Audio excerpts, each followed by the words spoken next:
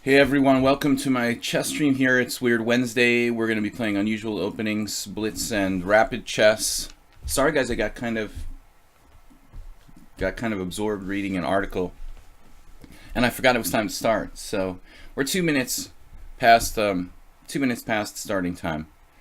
Sleman is ready. Aserbate was sending me chat here before it was even time to start. Thank you guys for subscribing. Haberbomb has challenged me. Okay. Excuse me. Let's hope that Troll in a Roll shows up. I feel like playing a Chess 960 game to warm up, but it's too late for that now. Isolated Brook, that's a new player. Dear Santa Claus, Haberbomb is, let's see, the only subscriber challenger. And Vodka Drunk. Last night we had a tournament, 5+2. Santa Claus joined us for the end. Vodka Drunk was there. Was really competitive.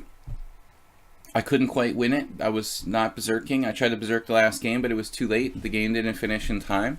So I came within a thread of winning this 5+2, but not berserking enough cost me, so I finished fourth. Aldisto, let's see, Aldisto won the tournament. Very impressive comeback.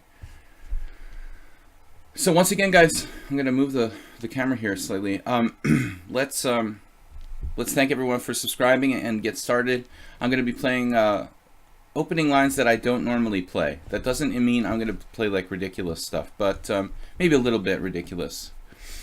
Anyway, it's just like to have fun and experiment with different openings that I don't normally play. That's the basic idea today.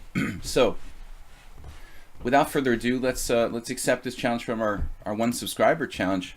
Haberbomb, if he's ready, it says Sleman says he's ready. He is Haberbomb. So Bomba Granite. No, he's not Bomba Granite. Okay, what are we gonna do with D4 today? Yeah, let's play something interesting. Fat President. We got some new people, new followers. I mean, Fat President has been around. Vodka Drunk is now here a lot. Isolated Rook is a new account that's challenging us. He'll be the first non-subscriber I play. I figure I play the Budapest Gambit. Haberbomb seems like he knows a lot of opening theory for, you know, not highly rated player. I mean, he's around 1700, but majority of lichess players don't really study opening theory. Like, let me give you a quick example. I was playing yesterday in a Marshall Gambit thematic tournament, right? I get black 3 games, and all my opponents were rated not too low, you know, like around 1800, something like that, and not a single person played knight takes e5. Like, I'm playing the black side of the Marshall. That's the starting position where white's supposed to play knight takes e5. 3 players didn't play knight takes e5. I mean, so opening theory here, mostly players are like casual players who don't, you know, don't really study the opening theory, but in many cases they're very strong anyway. It's like we could forget opening theory and still be relatively strong players. But Haberbomb, it seems to me, he likes his openings correct. Anyways, so I'm playing the Budapest Gambit, and I only ever played it in one tournament game. It wasn't good, and I had a bad taste in my mouth, as they say, after losing this game to a much lower rated player who I would never normally lose to. I kind of give up on openings in many cases when I have a bad experience, and that's probably a bad habit. It costs me a lot of times. So if you play something, keep trying to play it, I think, until you master it. I wouldn't just give up on it because you had one bad game or something. The Budapest is kind of dubious in a way, but I don't think that it's not playable. I think it's not a reliable defense, but it's certainly playable and shouldn't be bad if you play it correctly.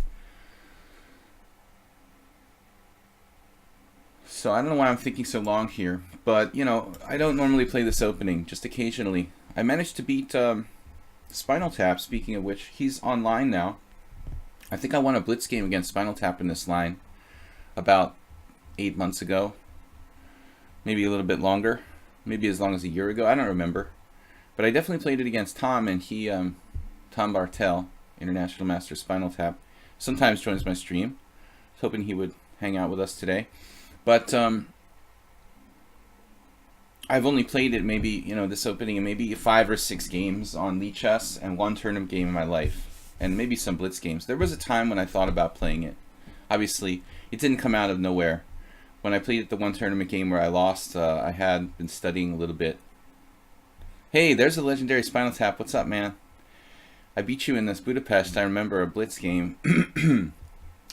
I'm just knew I could get you out of hiding there if I told some Spinal Tap Budapest beatdown story. I was just watching you, man. Good game. You took out some guy. I was just watching your game against I don't know what the name was now. I forgot. It had a funny name. But nice technique with the 2 knights against the 2 bishops there. I was a little scared that you start taking his pawns and his bishops might come to life or something. So here, am I supposed to play a5 right away? Or no, probably just castle. We have one of our regular subscribers, Morales, tried to play this line against me, but he does something weird. Actually, it's a different line. I play bishop f4 against him. Morales tries to castle queenside in the Budapest. That's not normal. I beat the legendary Spinal Tap. Are you the real Spinal Tap, Chess?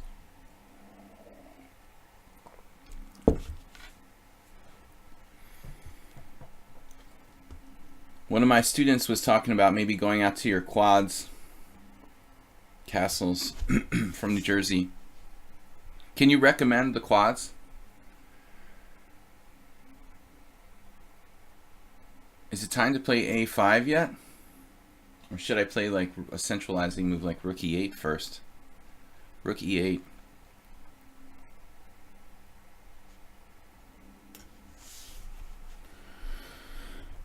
What's the difference between bishop b4 and bishop c5?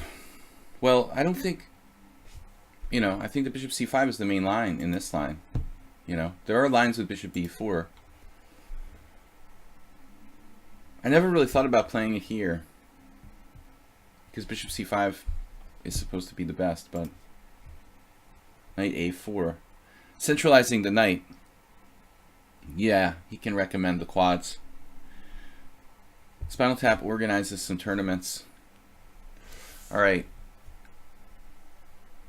But, okay, this has some sense, I guess. It's going to get weird after that. Do I go back to am I supposed to go back to a7 now? Because I don't have... I mean, I guess you could play, technically you could play like d6 here. Probably not so bad. But structurally, I mean, it is sort of dubious, and white would be a little bit better there. How desperate do I feel right now? How desperate are you, punk?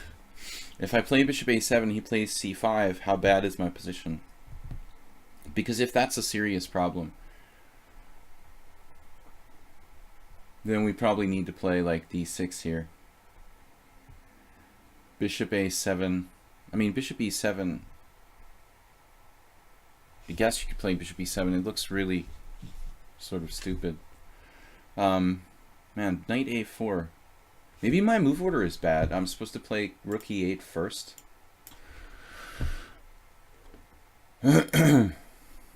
Very likely. We'll look it up after the game. So bishop a7, I don't like it that much. We'll play this. He just snapped it right off. Can anyone send a challenge or only subs? No, everyone can send a challenge. In fact, due to popular... Yeah, I can pronounce words normally. Due to popular request, I think I'm going to make Fridays like especially a faster time control so that more people can play. White is better here. We should be able to batten down the hatches and probably hold the position, but I think that white is better. He's got queen d5 check. That's not a problem. Momentarily. But I'm not a huge fan of black's position. I also could have played rook d8 there. I don't like the way this is gone. Looks like white is just better. 2 bishops, better pawn structure. I don't want to have an endgame with pawns, obviously. How many draws, losses? You don't like bishop a7, but maybe the c pawn will be weak. Yeah, I mean, it just looks like he can protect it with queen c2, and I know his knight is stupid on a4, but my position, I can't get my pieces out, you know, normally without playing some gross move, you know, b6 or d6. I'm just totally restricted. So I have the feeling it's a move order thing. I played a5 too early. Let's see. So, yeah, so Serbian just sent me the message about, you know, we've been talking about this. Someone else made a suggestion as well. Serbian Santa Claus, I think I'll take you up on that. You know, the idea of playing 5+3 on Fridays, somewhere people can play. Like making it only 5+3. No longer games. Fast Friday. I think I might have actually done that for a couple of streams like a year ago. This is a really aggressive move by White. You know, I mean, that's kind of controversial. We might even go as far as say like a positional mistake to play f4.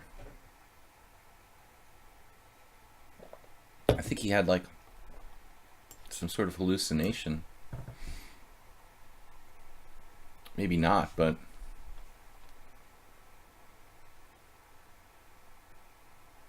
I don't think he achieved anything with this maneuver, you know. It just looks like black is fairly okay. Maybe I should have played bishop f5 there, but then he can put the queen back on d5, so it's like a draw by repetition if I play bishop f5. So if I want to try to play for a win, theoretically, to try this, bishop f5 now.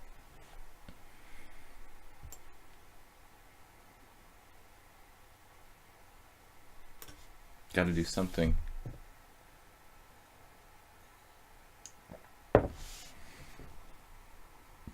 Only unusual openings. You guys don't have to play, you know, you guys just play what you want to play. You know, my theme is unusual openings. I'm playing lines that I don't normally play. That doesn't mean ridiculous things. I'm playing the Budapest Gambit. I'm playing the Dutch.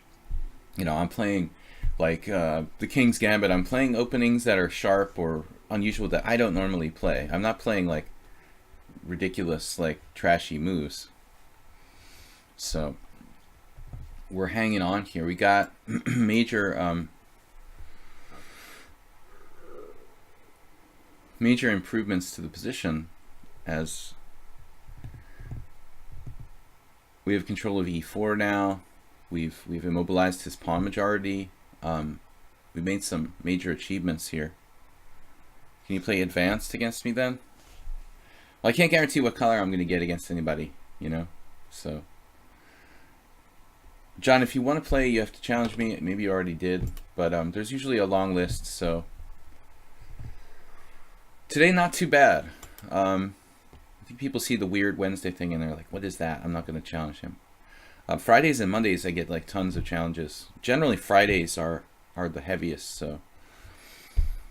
So Haberbaum like tried trading like his bishops here. You know, that's a very good thing for me. I've massively improved my position in general here. Kind of an overly cautious move, the b6.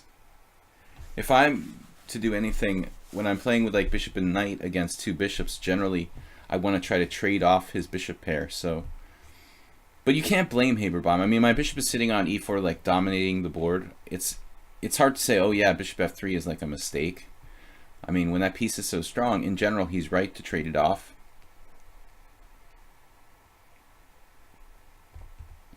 But if you guys have a particular opening you prefer that I play, you can try to ask me to play. I mean, I'll try if I can. So I've got I will like take the subscribers first. We don't have that many subscribers here right now. There's none in the challenge list.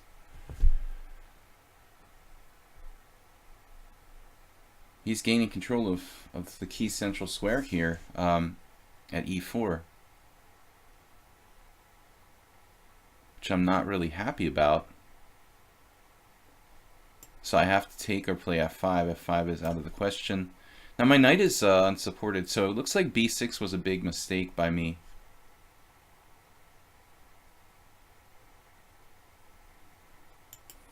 I can try to go pawn grabbing.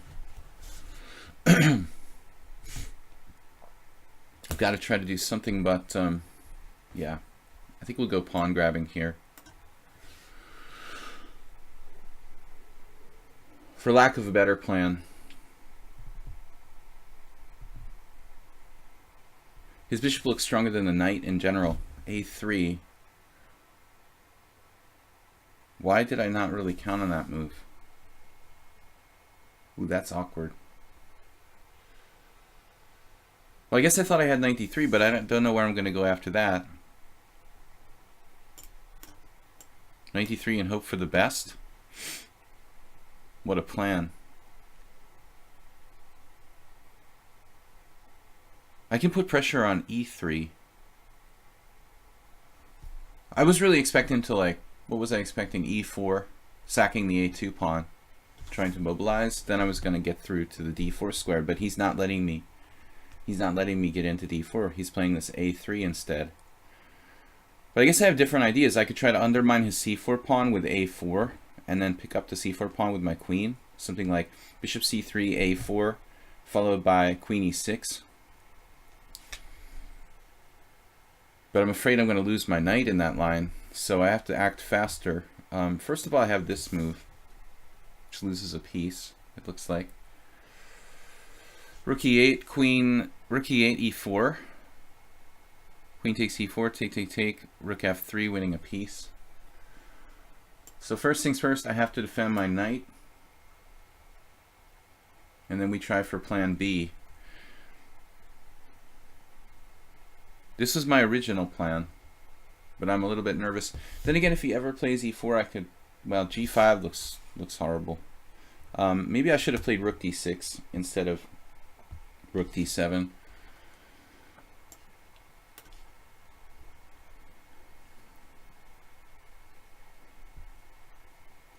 Knight is a little bit overextended, but it's kind of hard to attack it a third time in a convenient way.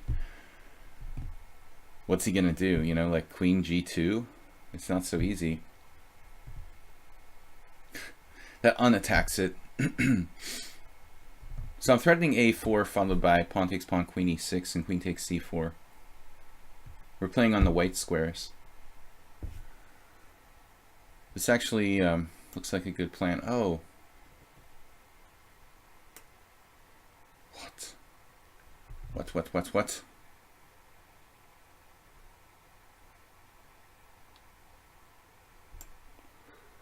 Right. Now I've got knight takes f4 here.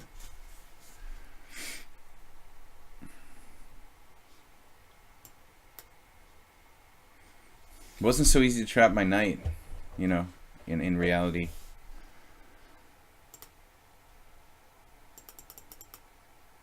Yeah, he's actually not better here. I wonder if it was even the right move to play a3. Yeah, I was expecting e4. Shockingly, the engine says I'm better here. Man, I was a little nervous. I didn't think I was necessarily better. Alright. So, isolated rook, Santa Claus, vodka drunk, fat president, Mahmoud. No, Manduck. I don't know why I thought Mahmoud. WFM, Enchanter, John Linus, and Tushar. So Tushar is a subscriber, but he just showed up. So let's play one of these other guys, and then we'll take Tushar next. Isolated rook. Alright, maybe we'll take the title player ahead of the other players as well, because we rarely get a chance to play strong guys. What about you, Spinal Tap? WFM Enchanter. I want to get a chance to get revenge. She beat me a week ago, or something like that. Knight f3, knight f6. I've got to play something unusual. I almost forgot. So we can do the Santa Sierra. The Santa Sierra. Thank you for the 5. Elder Music resubbed. But it doesn't say, so you're actually a resub, Elder Music. Maybe you didn't sub for a month or something. It usually says like how many months you subbed or whatever. So it's a delayed. Santa Sierra was an American master in like the 50s. Famous for playing like knight f3 and b4 with the white pieces. Male candidate master? I don't think so. Male candidate master? Male candidate master? Yeah, okay, you're right. Candidate master. This is such a new title. I don't even know what it is. Like, okay, candidate master. Yeah. When you say candidate master to me, I'm thinking like USCF, like 2000 player. You know, it's hard for me to understand what a CM is. It's such a new concept. I keep thinking like people that are candidate masters are 2000 USCF, but a male candidate master, there's no such thing as male candidate master. It's just candidate master. It's like a non, you know, gender title, dude. It's 2200. Well, she's pretty strong, man. She beat me, so I'm not real thrilled about it. I don't like losing games. I only lose a few here and there on the stream, and I want to get revenge when I lose to somebody. Whoops, it's my turn. It's your turn. Are you CM president? Is that what you're saying? Yeah, why don't you apply for your title? You don't want to spend the money for the application fee? Alright. This is like a... I don't know why I did e3, actually. I think the better move is to play like a double fianchetto, actually, for white. But I'm used to playing this sort of structure, actually.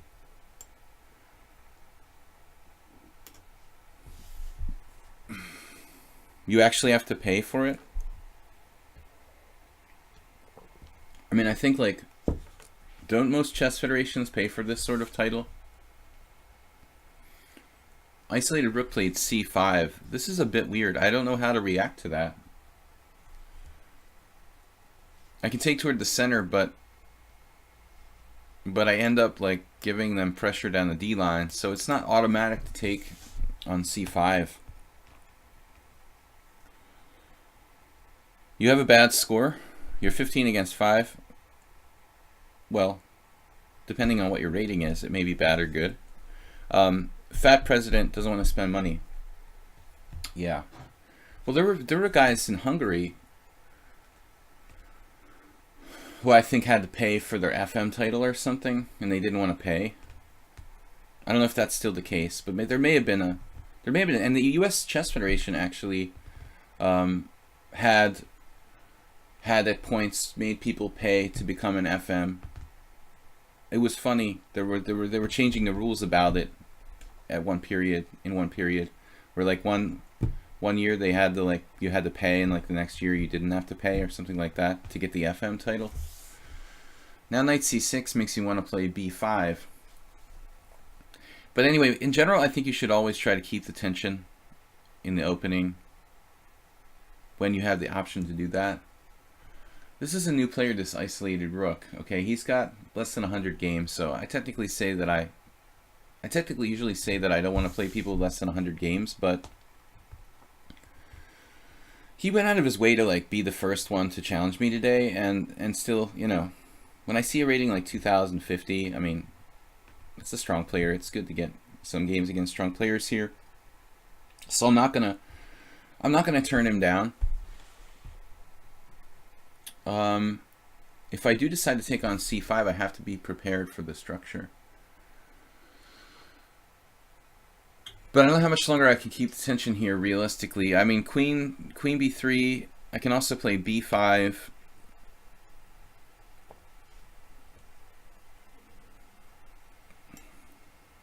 If I take, he's going to have everything set up just right to pressure along the d file. Though I can play d4.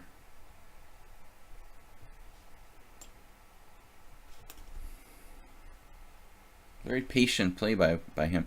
What can I do? Queen a4? That looks weird. b5 or takes, or queen b3. Queen b3, queen b6 is a bit weird.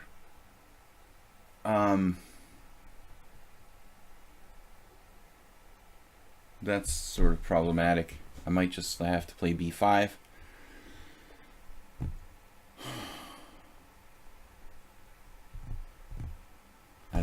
All right. What if I take and play d3? He's going to get a lot of pressure on my d3 pawn. I got to do something here. I'm going to lose on time. Why do we live in Hungary? Man, I wish I had $1 for every time everyone asks that.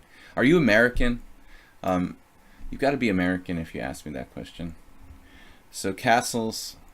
Yeah, we live here in the third world.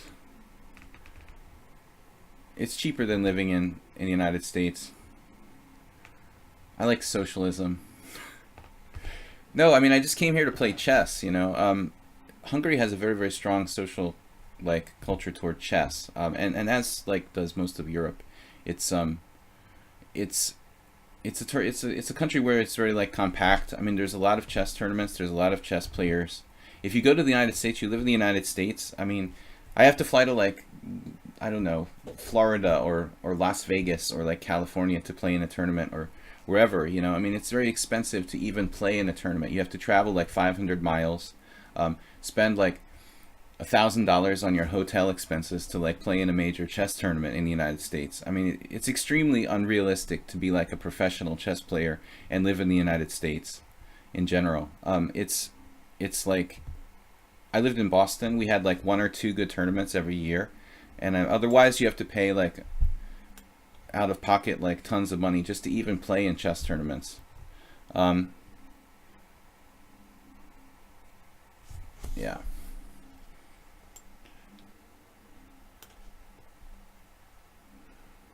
So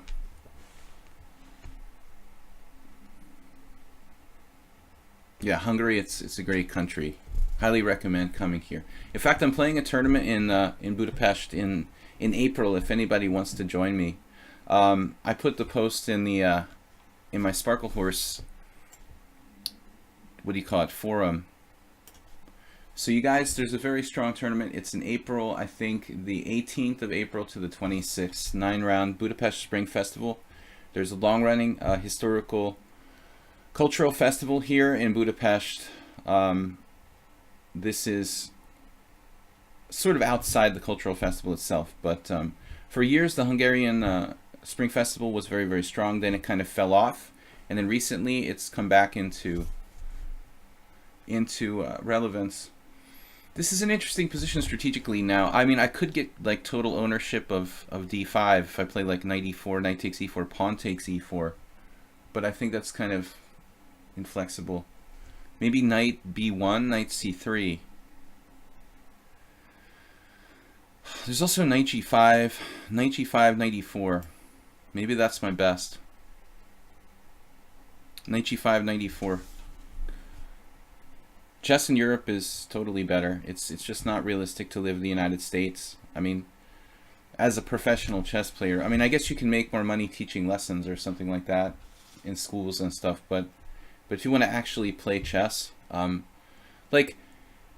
I go home to visit, if I want to say play in a tournament, there's a tournament in June or July, the World Open in Philadelphia. If I want to, as Spinal Tap understands what I'm talking about, if I want to play in that tournament, I have to pay for a hotel for 10 days, and then the airfare just to go from Boston to Philadelphia is extremely expensive. Just to basically play in one good tournament, it cost me $1,000, you know. I mean, I can probably for half of that travel to a good tournament in Europe. You know, just traveling by train or whatever here is much cheaper than in the United States. So I think that's the main reason why I stay. But Hungary itself, I mean, you know, you may be a younger player, I don't know, but there is a very long running tradition of tournaments here in Budapest called the First Saturday, and these Grandmaster and International Master tournaments are something that have been going on for 20 years, and so that's what originally brought me to Hungary, and the organizer still to this day organizes tournaments here. It used to be that you had to have round robin tournaments to play for GM and IM title norms. This guy is pretty strong. Nice leader Brook. Positionally, he's very solid. Now I can take back with the knight. He plays f5, then I play back. I'm basically playing the white side of a fianchetto. No, what is this? A fianchetto Sicilian, on the black side of Fianchetto's Sicilian. This is weird. He just played rook d7. This is like the first move I thought was a bit strange. I could just take and get complete control of d5. Knight e4 and then into d5.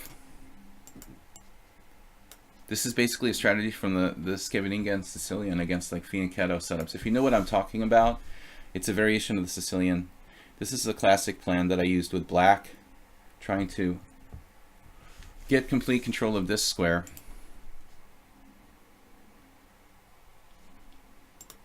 But I don't have to necessarily rush. Maybe I can move on the queen side. Knight e7.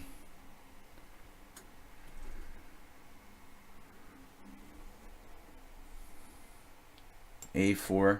This break with a5 might be strong, you know, for me. Structurally, I have the bigger pawn chain. This is another thing that we're talking about strategy, but whoever has the bigger pawn chain generally has a kind of strategic advantage, like in the Benko Gambit or something. Everything is just cheaper. Like, I mean, I can take the train from one major European city to another, like much more inexpensively than trying to do that in the United States. Actually, the United States train system is really, they've had all these accidents lately because the federal government probably doesn't even like, doesn't fund infrastructure enough. Yeah, but anyways, it's just easier to be a professional chess player. I don't know about this move though. I finally committed to e4. I probably pulled the trigger on this a little too early. Maybe I could have even just sacked the pawn with like a5. I thought I was actually going to prepare this with something like rook a1, a5. But now, okay, now if he goes knight c6, I have knight d5. Then he has knight b4. Seems like a legitimately strong player, and I'm probably only equal here in reality. I played e4 too early.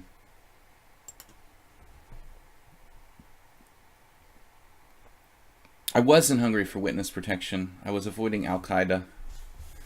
I don't remember. I have all these different reasons I make up when I like meet people. Originally when I came, I said I was like hiding from Al-Qaeda. Alright, g5, a5, knight b5, bishop g4 now becomes an interesting idea. He wants to put his knight on g6. That's kind of weird. That looks very dubious for black strategically. Oh, he can't play rook d6. I just win the exchange. Well, that's convenient. It is going to be kind of hard to break through. He just resigned. Well, I think you shouldn't resign here. I don't have any open lines for my rooks yet, but last move, if he doesn't play this g5, I mean, I think that his position is okay. You know, just like here. I thought maybe knight b4. Well, I think his position is perfectly okay, you know. So Tushar Kamde, and then I'll play the title player there, Enchanteur, and let's see, Fat President. He was complaining. Fat President is candidate master strength. You're actually pretty high on the list there, Fat President. So you're gonna get to play in the next 30 minutes. All right. Smokey McPot, nice name. Wouldn't Poland be better? Hungary's cheaper. I don't know. It's probably the same. Dude, the thing about Hungary that you have to understand is that I came here for the first time back in like 1997. So I have a really long history with Hungary. You know, I've been learning the language gradually over the last 20 years. I'd have to start all over again with somewhere like Poland. I actually I was in Czech Republic for a poker tournament a couple times in 2016 and 2015, and I really liked that. I liked Prague. I would probably recommend Prague as like the coolest, you know, like Central European city. If I had to choose to relocate to a second Central, European city, I would definitely choose Prague. Has a really cool expat scene there. All right, castles. We're gonna play. Oh no, I forgot to play an unusual opening. Sorry, Tushar, you didn't remind me.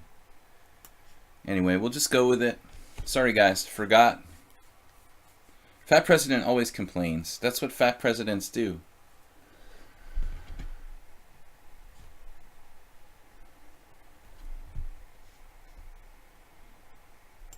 All presidents are fat, right? Except for, like, Obama. Because normally politicians get fat. That's their job.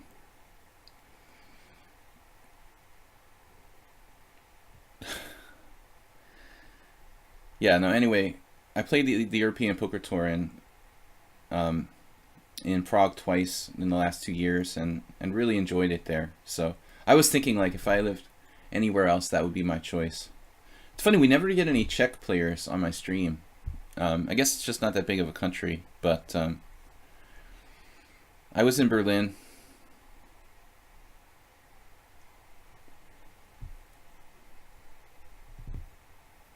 Yeah, I like Berlin too, but Berlin is more, I don't know, colder. It's like this really big kind of monolithic city. It feels like a big monolithic city to me, whereas Prague is like not as scary somehow. Berlin feels massive, like New York City or something. Not as bad, but I like the smaller city. C5 now. He put his knight on BD7. That's kind of weird. And well, I can turn this into some kind of like double fianchetto, standard double fianchetto type positions. Probably he should do the same thing. E3 here. I want to maintain my center. It's like a sort of Kramnikian. Kramnik likes to play double fianchetto stuff against the King's Indian, for example.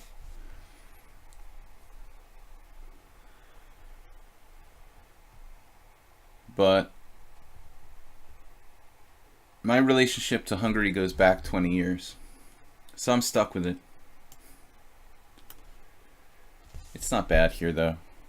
How do I know so much about chess? Just a lot of time working on it. Alright, we basically spent the last 30 years on... Well, 25 of the last 30 years on chess. That's why I'm a gradual improver. Yeah, maybe I should hold off on playing c4.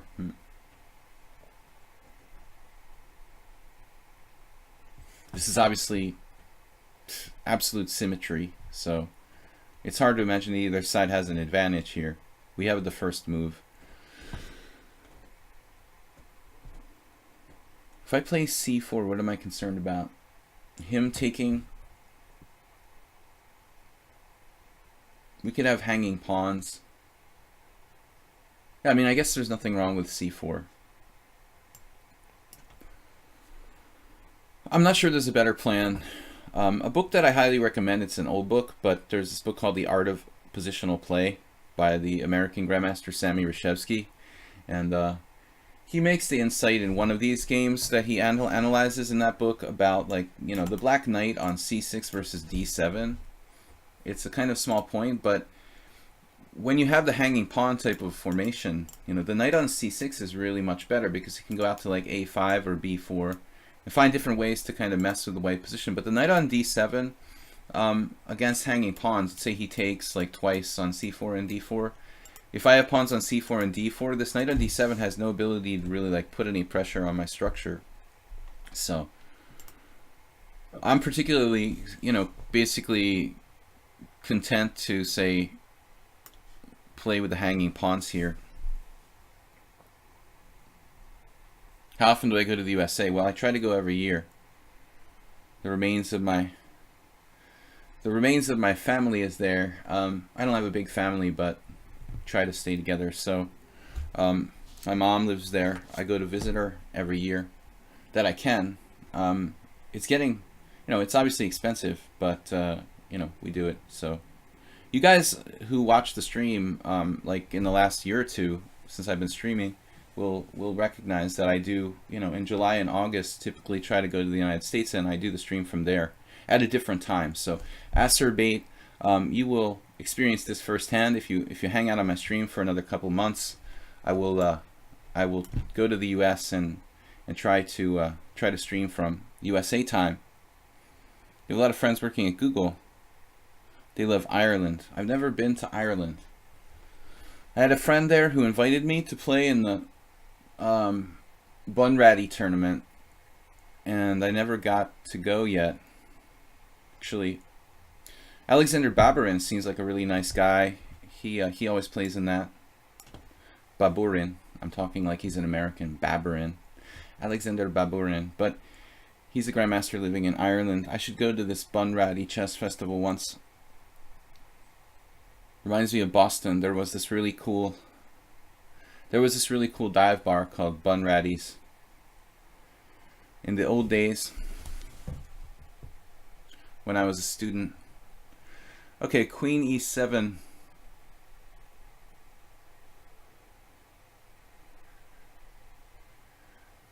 What is up with Queen E7? You're copying everything I do, but you put your rook on E8, which seems a bit strange for this structure. But he's just not doing anything. If I take on C5, if I give him isolated pawns, I have the same problem. Can't really put pressure on his pawns. I mean, I don't want to take on D5 with this pressure he has lined up here, really. Knight E5 is my only other plan. Establishing a piece on E5.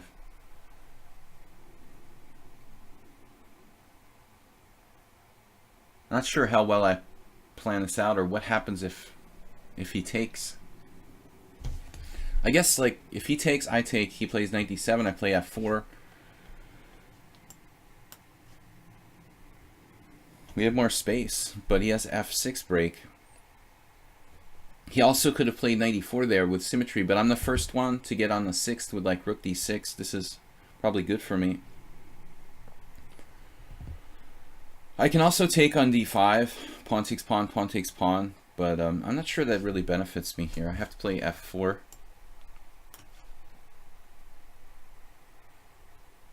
f6 looks forced. When you see a strong pawn like this, don't have a lot of choices.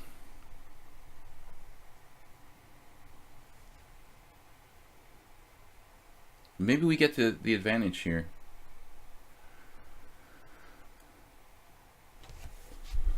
Bishop takes.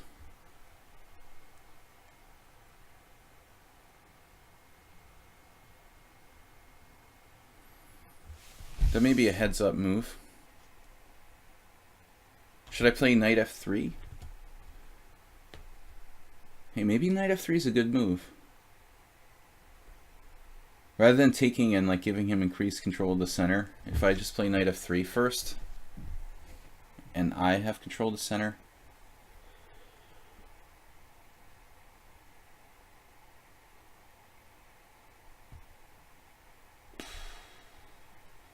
It's kind of complicated. There's some weird computer-like variations here.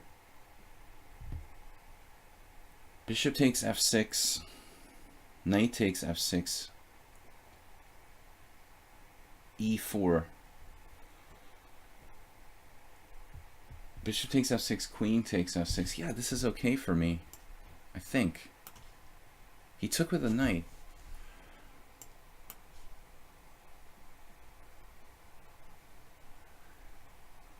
I mean, structurally, white is not worse, I guess. Although I was talking about larger pawn islands before. He technically has the bigger pawn island. Pond. Little kids called it pond.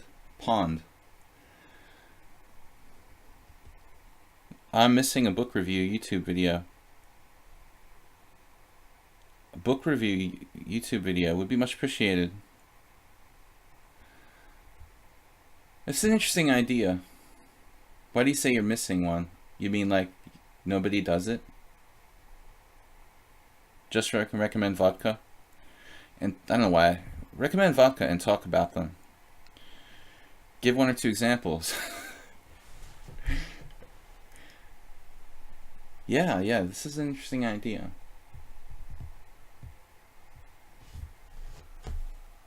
Nobody does it. Nobody famous like me. Alright. Well, he who hesitates is lost.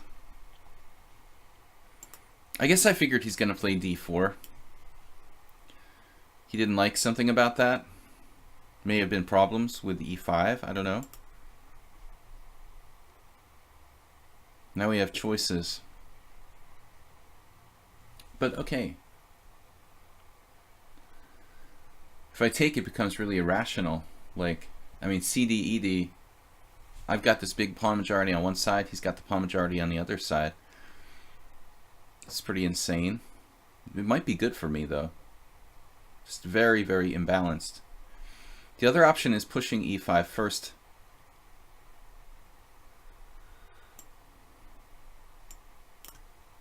Okay, I don't know. We've got to do something.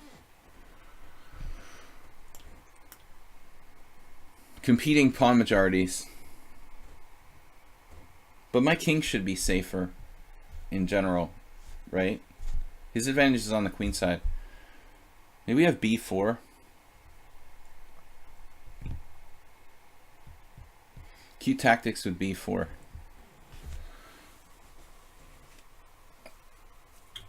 What does it do, like, you know, if he just ignores b4? I mean, b4 is cute, but if he doesn't do anything stupid, I may just be creating 2 connected pass pawns for him. Probably, I don't know. I shouldn't really mess with his pawns.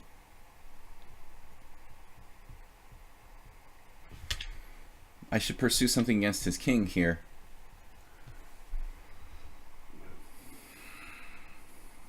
Not a lot of tactics here.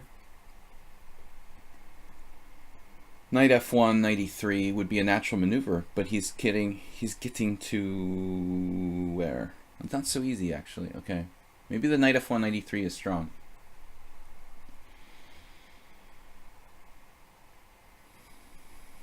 I like the fact that I have better king safety, you know, with 4 pawns, essentially. Whoa. A blunder.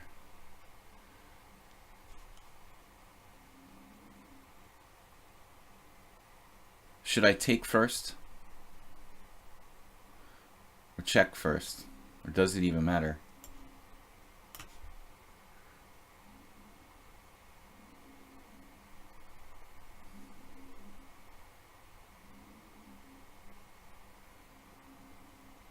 He has 1 check. But that's not enough.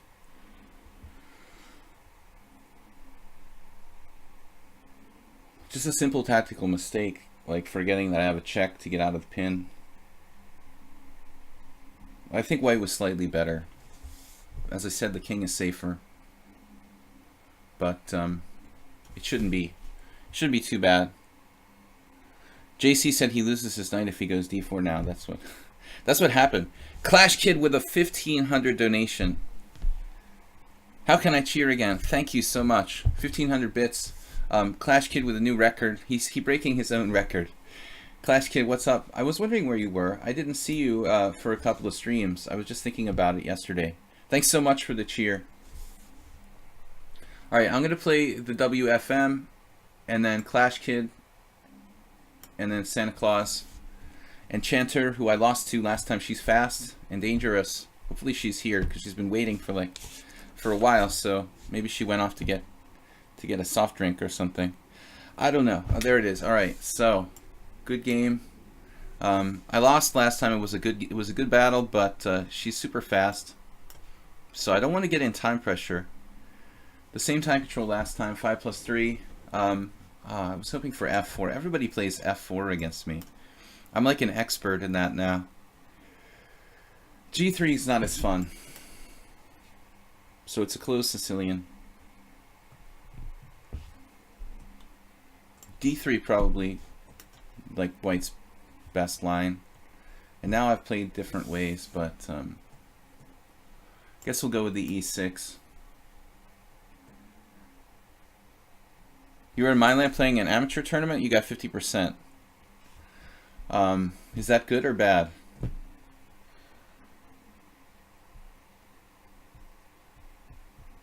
I played queen a5 here.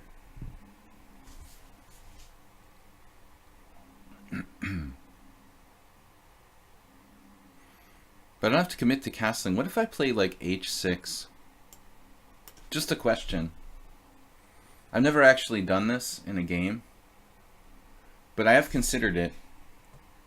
The Yasser Seirawan pawn stop. Like, there's pawn stop and then there's bishop stop. I messed up again. I was supposed to play unusual openings and I played the Sicilian.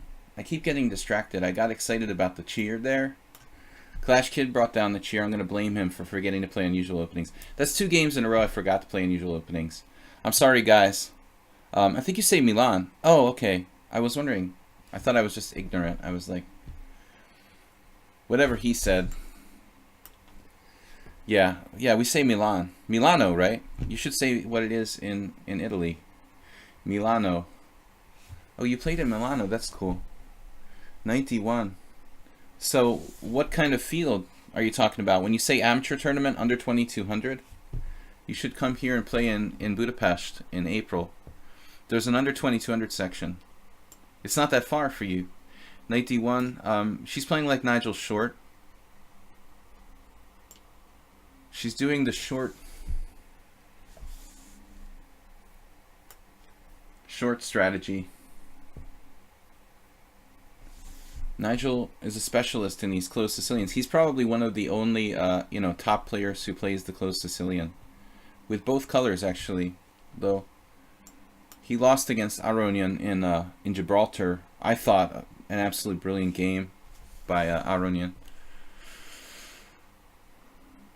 She's not playing d4 and she's not playing f4. But how long can this go on, where we don't play anything?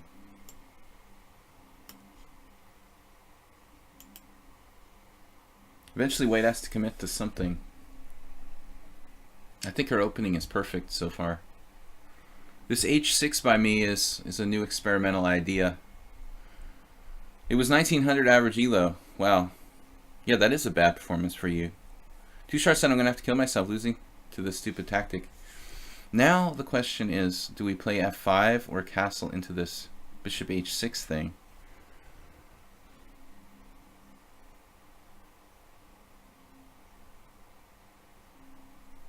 Well, f5 looks like a normal move. I don't really like allowing White to play, f5 herself. Now I can play d5.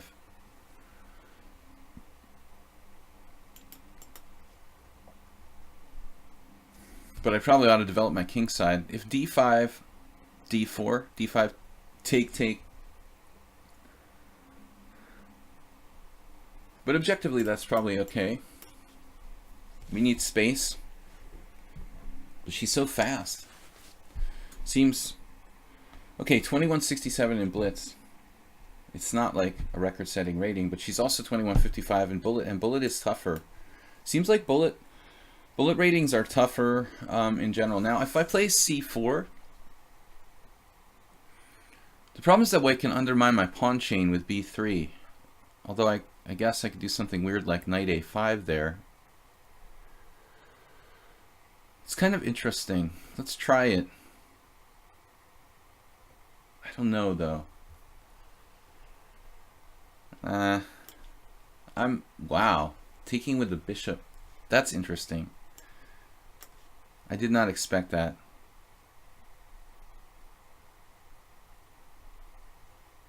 So I gotta get my king out of here. She sells off her bad bishop, which is interesting. Not a bad exchange, really.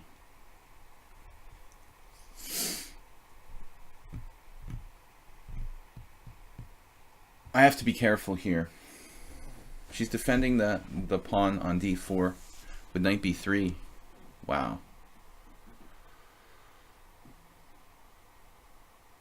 Bishop e6.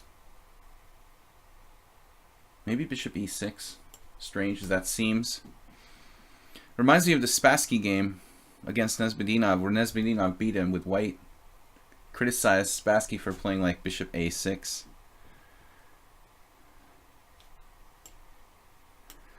I need the bishop to kind of protect the d5 pawn, for better or for worse.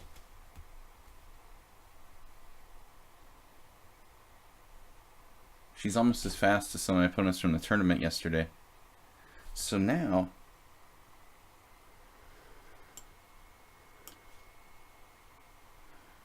the epic maneuver.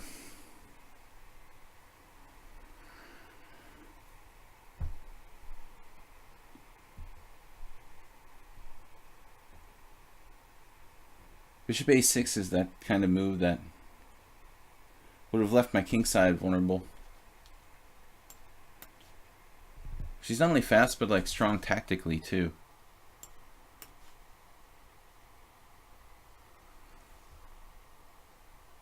Looks like I'm sacrificing material here. I have to take her knight. Bishop takes. If I take, I'm losing the exchange. But it's actually an interesting exchange sacrifice. Let's go with it.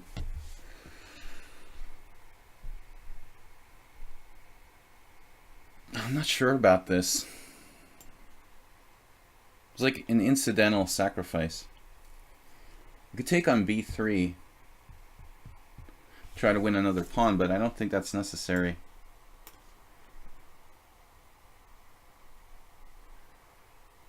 She has 2 minutes more than me up the exchange.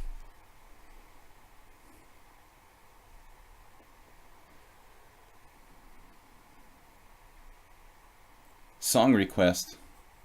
I don't do song requests. I haven't sung in a long time.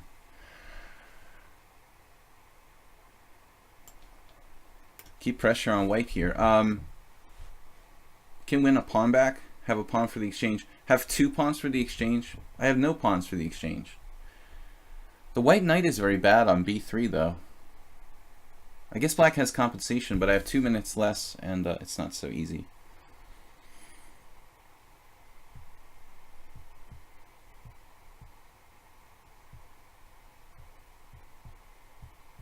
I guess you can evaluate this as like basically about equal. But I'm not so sure. Maybe white's position is easier to play.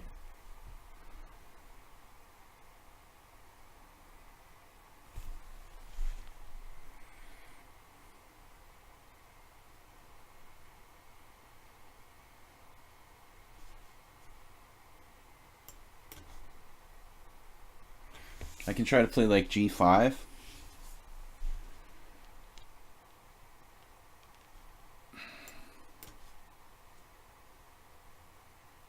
Ah.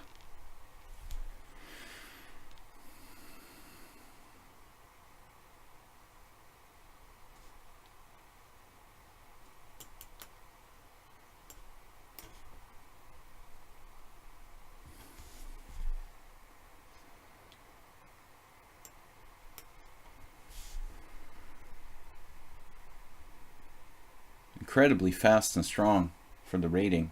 I'm gonna lose 2 in a row. Man, this is tough. I guess I shouldn't have put my king on g7 finally.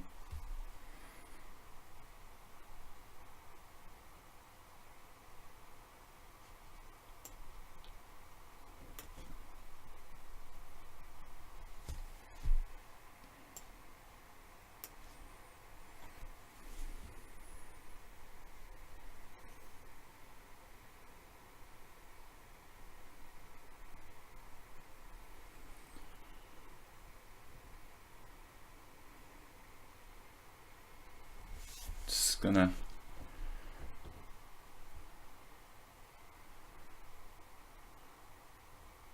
I could take bishop f3 first and try to take on f4. She's so fast, it's ridiculous, and strong. The rating doesn't seem even possible. Queen takes f4.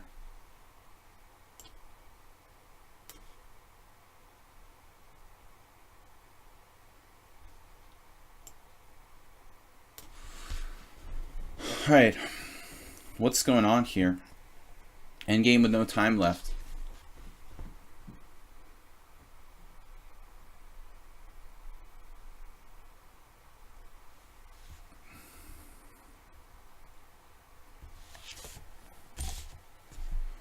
Last time did me in.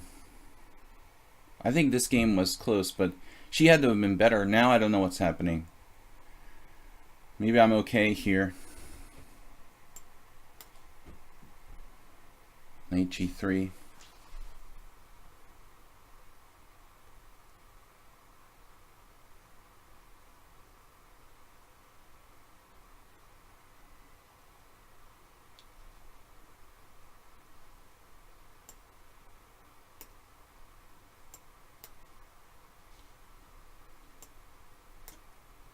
I'm just lost again.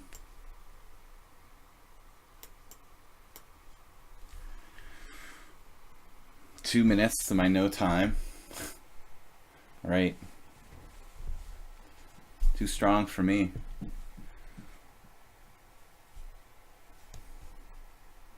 No, I don't think it's an engine, it's just a really strong player.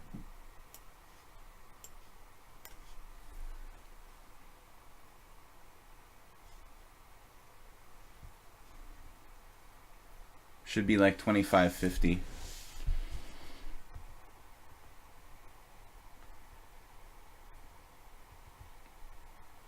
I lose every game with females? No. No, just when they play really well. But the time use is the most like devastating thing about this game. I'm not only getting crushed, but I'm getting outplayed on time too.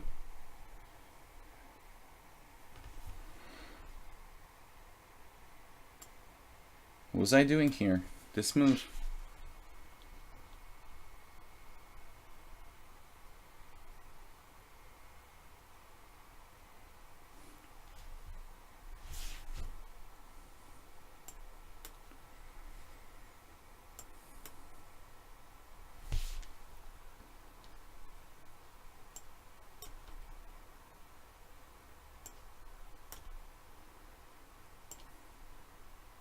Yeah. Now check this out. I like the last move, the G4. That's like best. Absolutely best. No defense. Let's check the center pawn loss. Maybe I am playing Nigel short.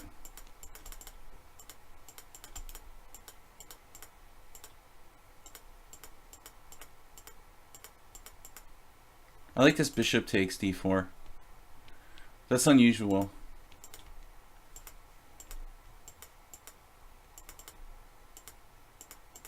Wait, actually made 3 mistakes. So the exchange sacrifice was okay, but she's too fast. I'm better here according to the computer, but I had no time, half as much time. And that's easy for the computer to say, like if you can play perfect moves, just too hard. Rook c2 is like best move.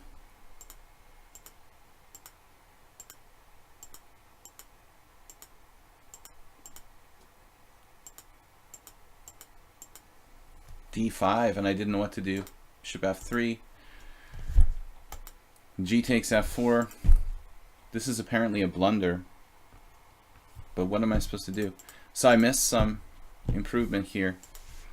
Rook g8 check, king f1, and then bishop g4. There's no way I'm ever finding that with no time left. Rook g8, king f1, and bishop g4. I had the seconds left at that point.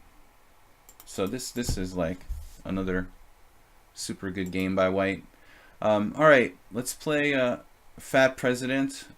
Actually, Clash Kid just sent me 1500 bits, so I gotta play him. Alright. Another easy win for her. Clash Kid. What's up, man? I've got to play unusual openings today. Yeah, you're welcome for the game. Thank you for the lesson. E4.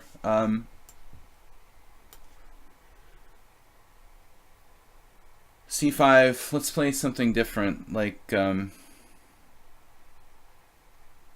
this is a weird move. Is it D5 here? No. Let's see. Knight C6. Let's try this. Clash Kid, you do play D4, right? I wanted to try something weird. So this move, D5. Can you say something in Hungarian? Jó reggelt kívánok. Hogy vagy? Good morning. How are you?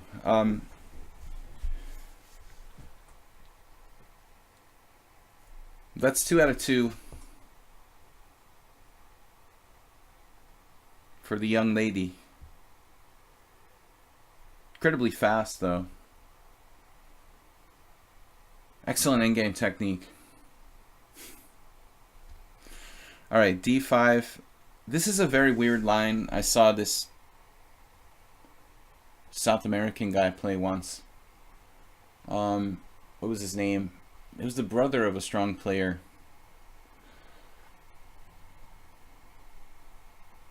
Super accelerated Sicilian.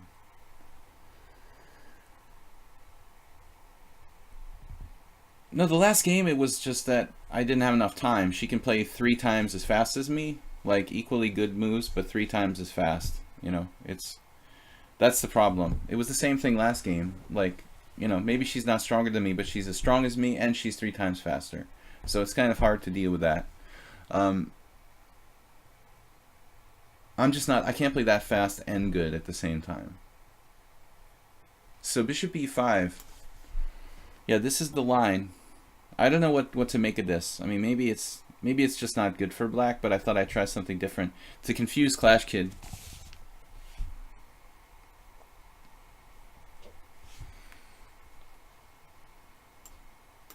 So take a6, and Clash Kid, did you have this variation in another game? No, you had the same theme, right? One of the games that you sent me, but it was actually a different variation. And remember, I was trying to remember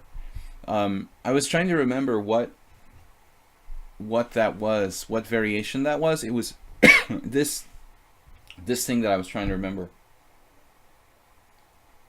I'm just too old and slow.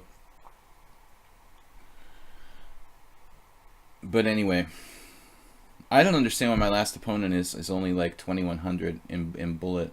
It seems like she would be like 23, based on her strength and her speed.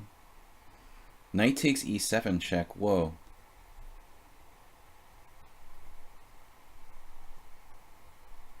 What the heck is this? Never even considered this possibility. Going for material. But you're not at material. Material is equal.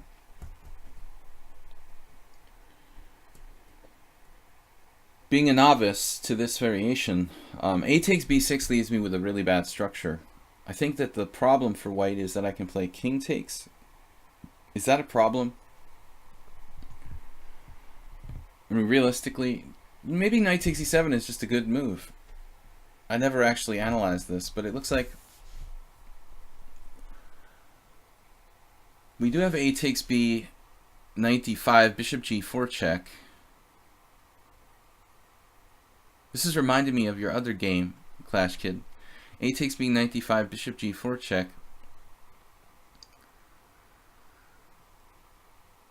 And then I can play king e1, castles queenside.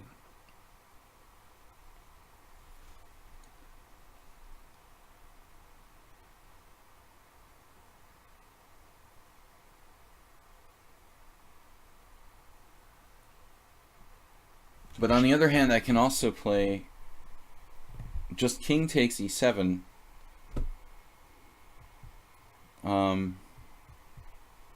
Leaves me in a weird situation with my king.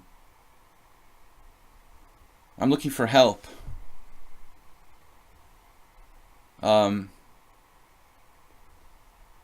Ratings don't mean so much online. Dude, I'm a big believer in statistics. You know, I played poker full time online for like 6 years. and even longer. I mean, and the only mathematical classes that I ever cared about or passed in a university were statistics classes. I really put a lot of faith in statistics. I believe in statistics. You know, statistics are there for a reason. If you play hundreds of blitz games, you know, you could say like online ratings don't mean much. That's true. But it's still like, you know, if you play 500 games and your rating is 2100, you should play like a 2100, not like a 2400, you know. I mean, if there's an anomaly, then there's something not right, you know. If I consistently lose to 2100, then they're not 2100, you know. How would they have that rating in the first place? If something smells bad, it probably is bad.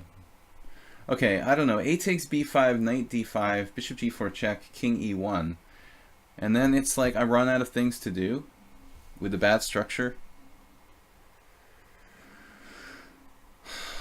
He just plays knight c3. Oh, I have b4. Wait a minute, b4.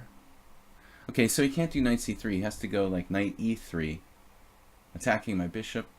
We have this messed up position with the bad structure, just like his tournament game that he shared with us in a recent stream. Clash Kid had a very similar structure.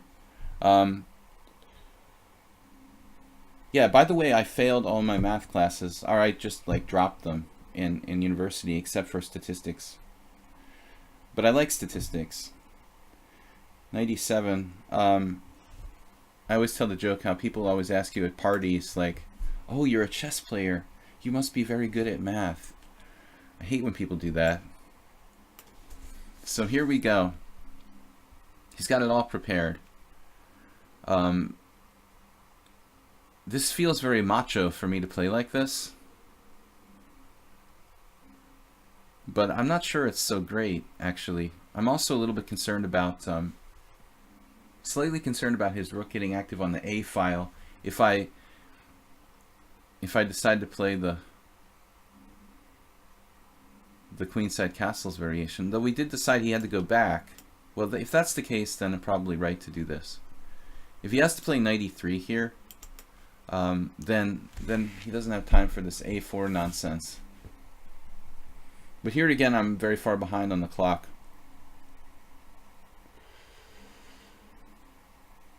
Yeah, no, you're going to have inconsistencies, of course.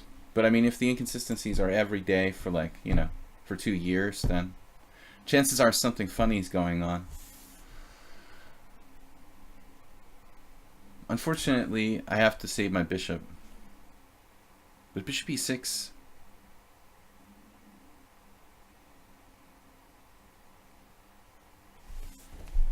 I don't really want to play bishop b4, but I might have to.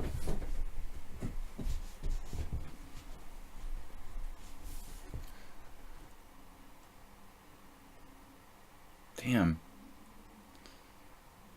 Bishop d7 should be considered.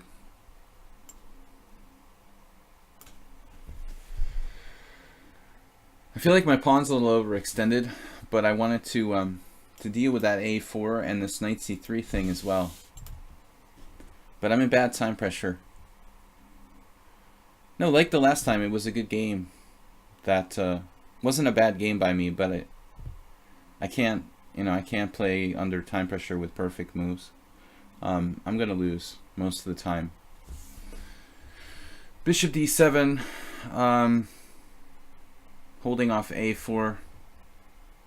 This is just the first time I've played this line. Don't know anything about the theory, no experience here. Just playing on intuition. Black looks more active, but at the same time, Clash Kid is a good player.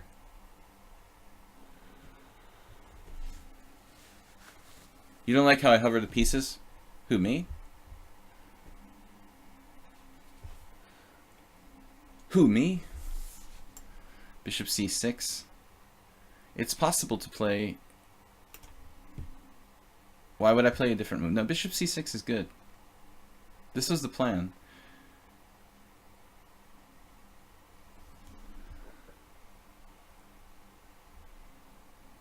Well, I don't really have a choice. I mean, I can't lose this pawn, right? I guess I could play... I could have played knight f6. I mean, maybe that was worth considering. Developing a piece. He's obviously planning on castling queenside. What is going on here now? b4.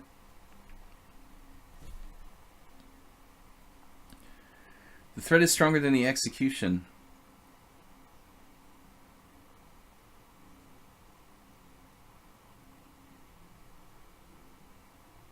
Bishop d2. Well, they have to develop their bishop, right? I mean, it makes sense.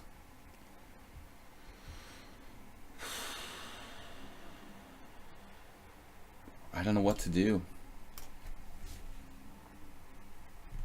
I feel like I'm just choosing moves at random, like bishop c5. This is just an afterthought. I don't know what to do. Hey guys, what's up?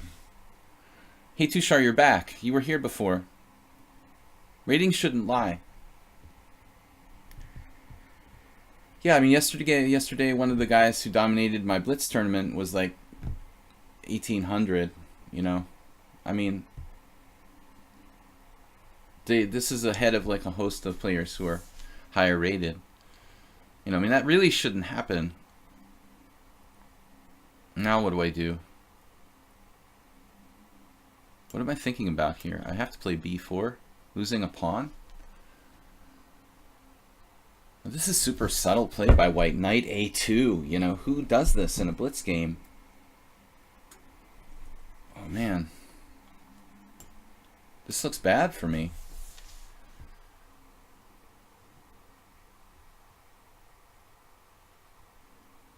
Totally missed knight a2.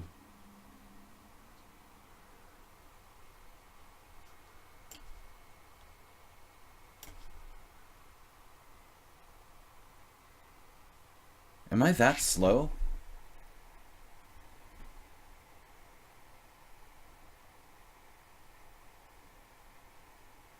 Did I miss a move there with rook takes d2?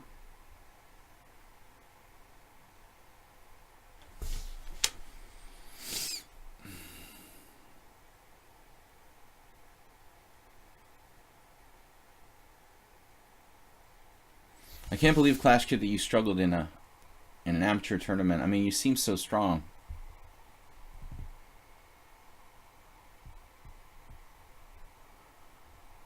He missed rook a5 there. That move looks strong as well. Jeez. Threatening rook a8 check. What is going on here?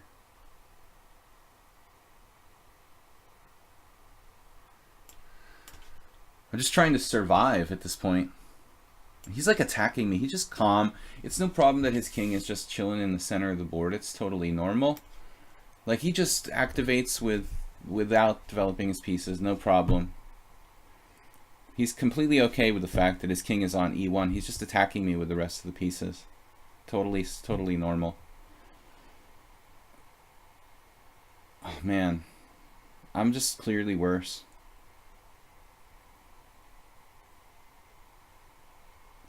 World Loser lost half of his games yesterday. Okay, you know, Tushar made a comment on the...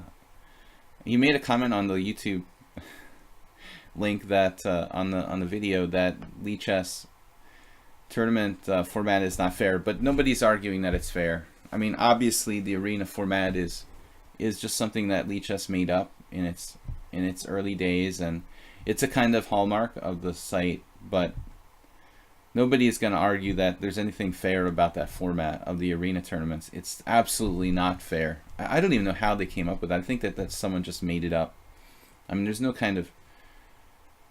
Maybe in a chaos sense, like in a chaos sort of way, there's a fairness to it, you know.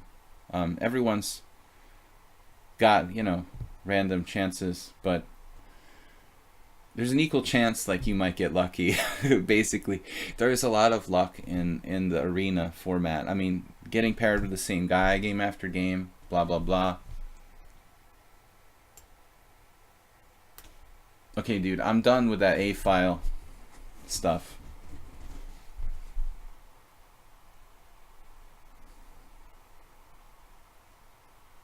World Loser is quite strong, but he, you know, he makes these ridiculous blunders because he's playing too fast.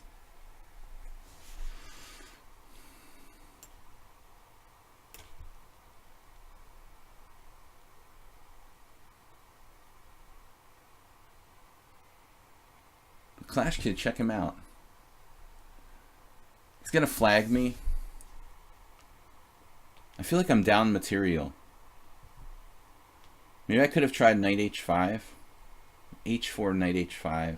g3. Just goes back. I'm just overextended. You know, my pawn on e4 is like a liability, blocking my own pieces from attacking him. I know World Loser is sensitive that sometimes I criticize. Why do I want to go here?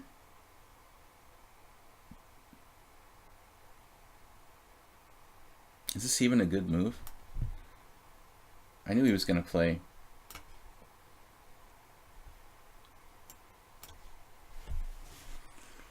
Sometimes I criticize his time use too much, like on and on. I think the shortcomings of his time management. Clash Kid is playing like God in this game. Strategic God. And so fast too. Maybe b6. There's the liability again.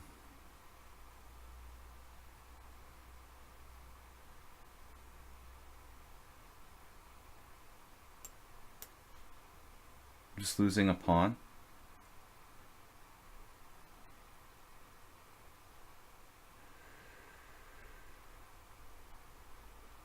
Wow. Simple chess. Didn't even see that.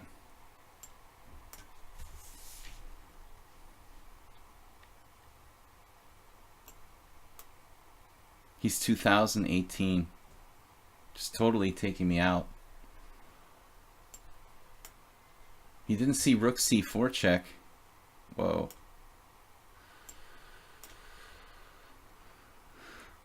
Okay.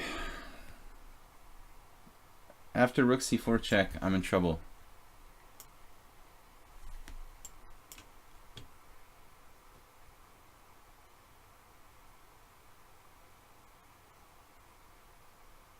Why should I lose this position?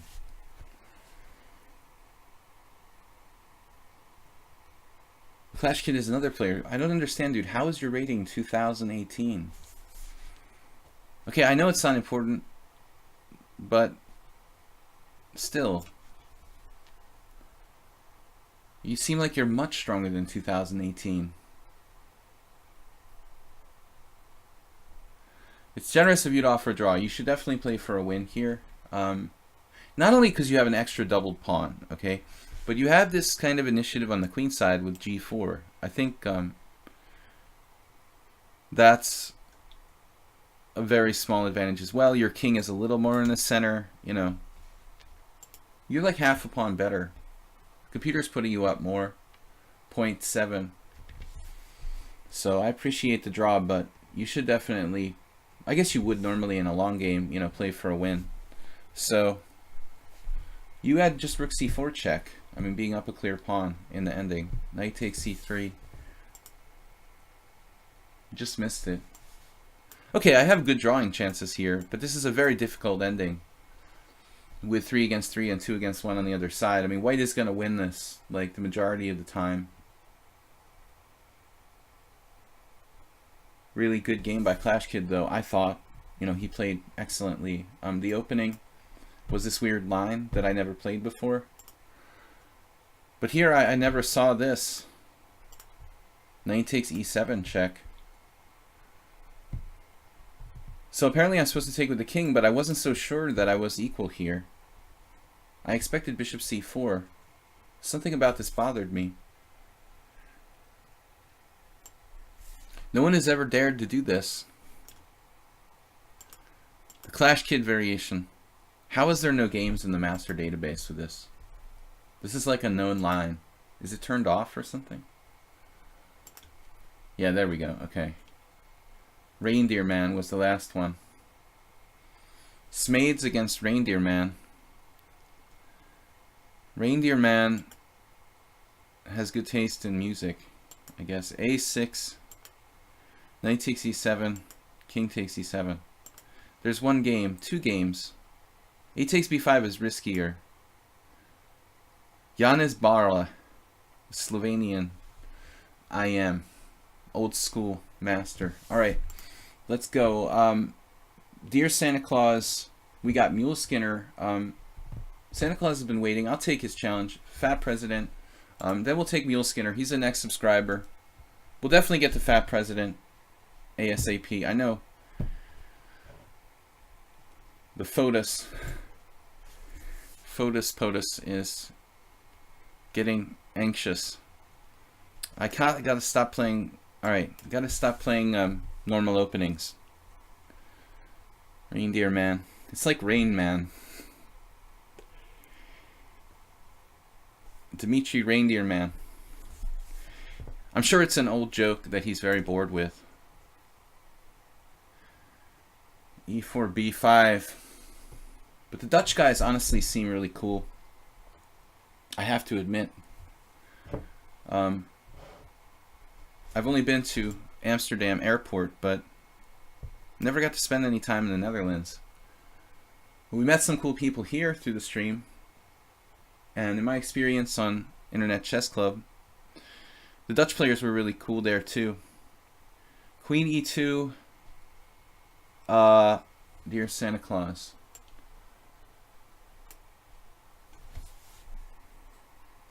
When someone plays A6, I takes it as an insult. Karish, that's why I'm 3-0 against women grandmasters when I play A6. It reminds me of what Nicola Sedlak was saying about like why he's so successful with the London system. It's like people get angry and they feel like the London system is a stupid opening, and I was definitely in that camp. And then you like don't respect it enough, and you don't take it seriously enough, and you actually lose. It's kind of the same thing with A6. You have to really try even harder, against these openings that you feel like are a diss or silly. That's one of the greatest strength of A6 is that it makes my opponents angry. That was the only reason why I would even play it, to try to like. San Diego COSA, thank you so much, dude, for the bits. We got a bits celebration today. 2,000 bits, new record holder. That's the way to go. So A6, I beat 3 women grandmasters. I have played it like 7 games and only lost once. A very tense battle against Josh Friedel, who is a men's grandmaster from the United States. Miles played it. He beat Anatoly Karpov with it, So I always think to myself, if Miles can beat Anatoly Karpov with this opening, then how bad can it be? And that's why I enjoy playing it. Because it makes people angry. It makes they don't know what to do. The second thing is they don't even bother to study for how to play against A6. So in many cases, strong players are like babies, like you play A6 against them, all the theory goes out the window. They don't know what they're doing. They start to bumble around like idiots. Yet it's an almost like, strategically, I would call it an almost strategically viable opening. How Miles beat Karpov? Well, check out the game, man. It became a Sicilian type of position. Karpov misplayed it. But he kind of lured Karpov into a structure or type of position he wasn't, really comfortable playing or used to playing, I think. You can't play the A6 on a regular basis. There is this Russian guy, Chet Verek, who does that. But I mean, of course that would be a stupid idea. It has to be something that you just do as a secret weapon, like once in a while. I think it's especially good against players who, like you talk about are emotionally like too invested, and you don't play A6 against like Mr. Spock. I mean, obviously, you can quote me on that. Bishop G5 might actually not be a bad move. Kind of not a traditional way of playing this position. But then again, I don't really think it's a good move. We'll just kind of write it off as interesting.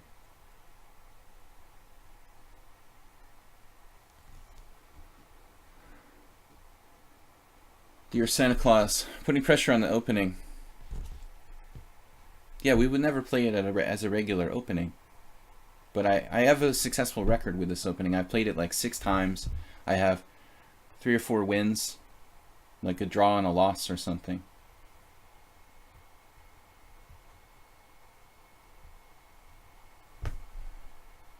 But in no cases was I blown out. Like even the game against Friedel where I lost, I was in the game. It was a complex struggle and very complicated. But that's the point of today's stream, to play fun openings. I forgot for a couple games. I got distracted. Sometimes we're having conversations and then I just kind of forget where I am, you know, and then start like just automatically playing like my normal openings. So I'm sorry for Tushar and whoever I played my normal openings against today. Listen guys, we're going to change it up on Friday, the next Blitz and Rapid stream. So Friday will be fast. Friday I'm going to play just 5 plus 3 to make it kind of fast. I think maybe we'll even just take the challenges in order rather than playing necessarily subscribers first.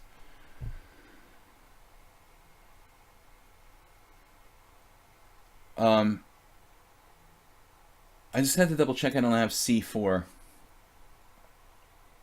But unfortunately, like C4, D takes C, D takes C takes D, he has takes on B7. So we do the usual procedure.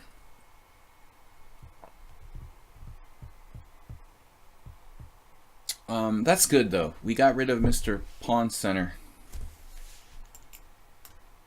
And I think we have to take this way. The other way is just too messed up. F takes is just too crazy here. Mr. Pawn Center. Wow, that is the longest sensible comment I've had in a long time. Lately, there's been this narrative with the rise of Twitch and Bullet and Blitz. Many coming players think openings like A6 or D4, E5 or the Grob is a good opening.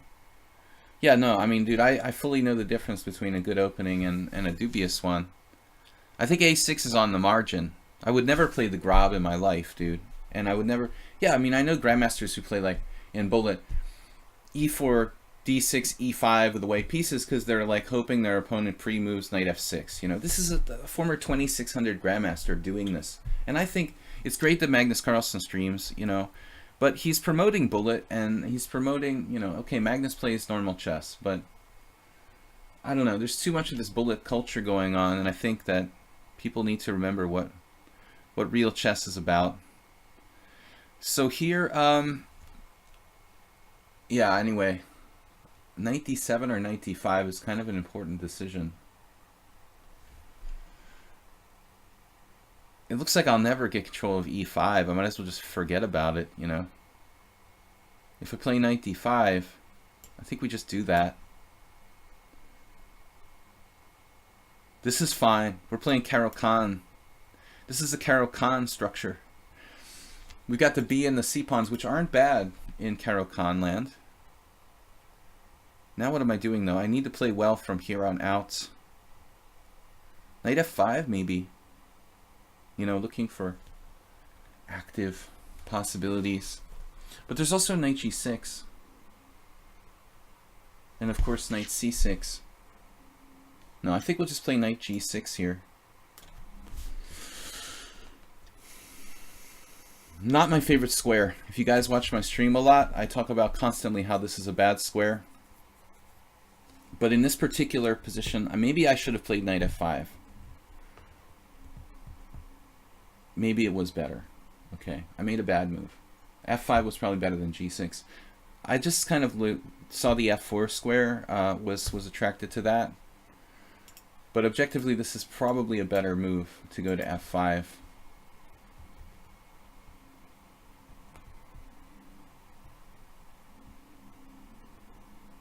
I mean, there's obviously threats on the long diagonal with the bishop on b7.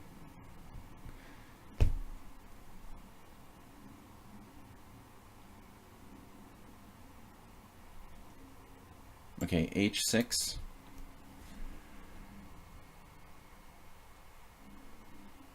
I just want to get my pieces out with a reasonable position. Bishop c1. And now what? Knight f4 is always possible. What does it do, though? I guess just bishop e7. The terrible knight on g6. Guilty of what I tell people not to do, putting knights on g6. Anyway, it's a blitz game.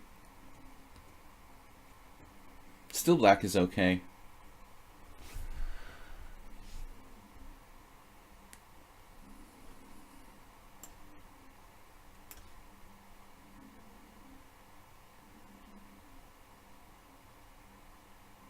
We got Santa Claus and time pressure. This is one of the few educational streams. Yeah. Magnus just plays. No, I mean, Magnus, you know, he's not going to let his game degenerate. And like bullet chess is the most important thing or something.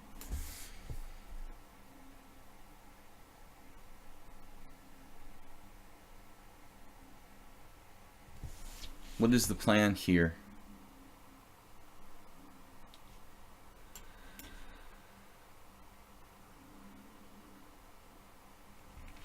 A moment of horror there. Thought I made a mistake. But it's very complicated.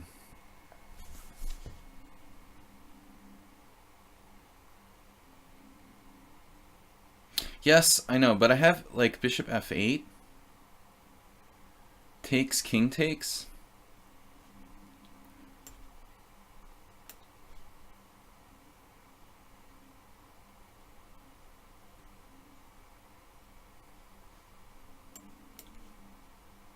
I'm just visiting the center.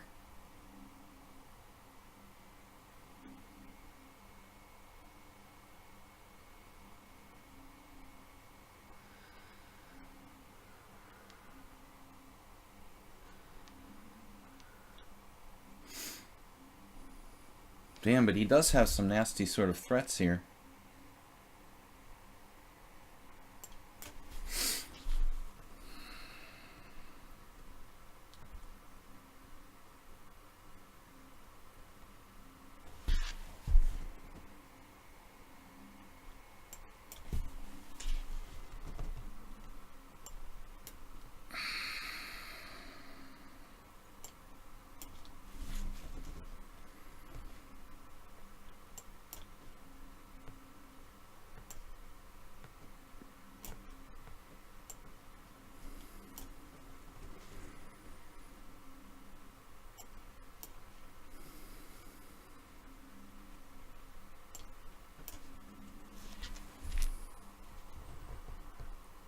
Look how good he is technically.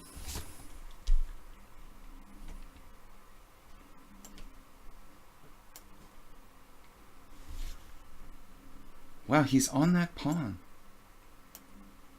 I could have trapped the bishop. Oh my god. Look how good he is technically. What?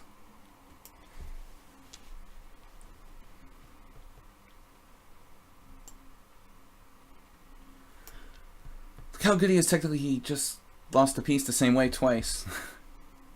Everyone seems good when you're playing like an idiot.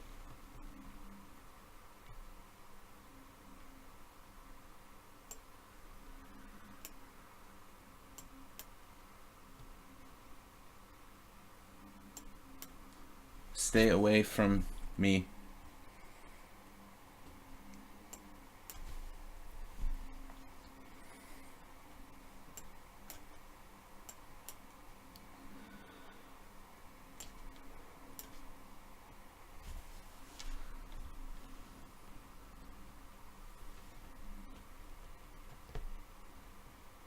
Okay guys, we have like 50 minutes left in the stream here. Wow. We took down Santa Claus. It got a little nervous there with my king on f6. It's always interesting playing the... Damn, dude, this position is not lost, but it's better for white. I lost my pawn on a6 though. That kind of hurt here. I like this position though.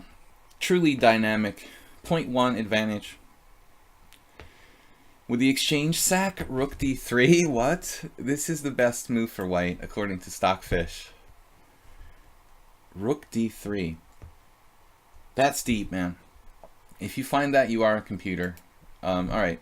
So, Vodka Drunk, Fat President. Then I'll take Mule Skinner. Actually, I'll take Mule Skinner now. Let's see. All right, Vodka Drunk, Fat President, Mule Skinner. I want to kind of let some of the non-subscribers play. We have enough time. Unusual openings against Vodka Drunk. We got to get Vodka Drunk out of his comfort zone. Let's play the Dutch. Then Mule Skinner. You do like the Pro Chess League is using some reasonably long time controls. Yeah, that I don't like the Pro Chess League because it's associated with chess.com, but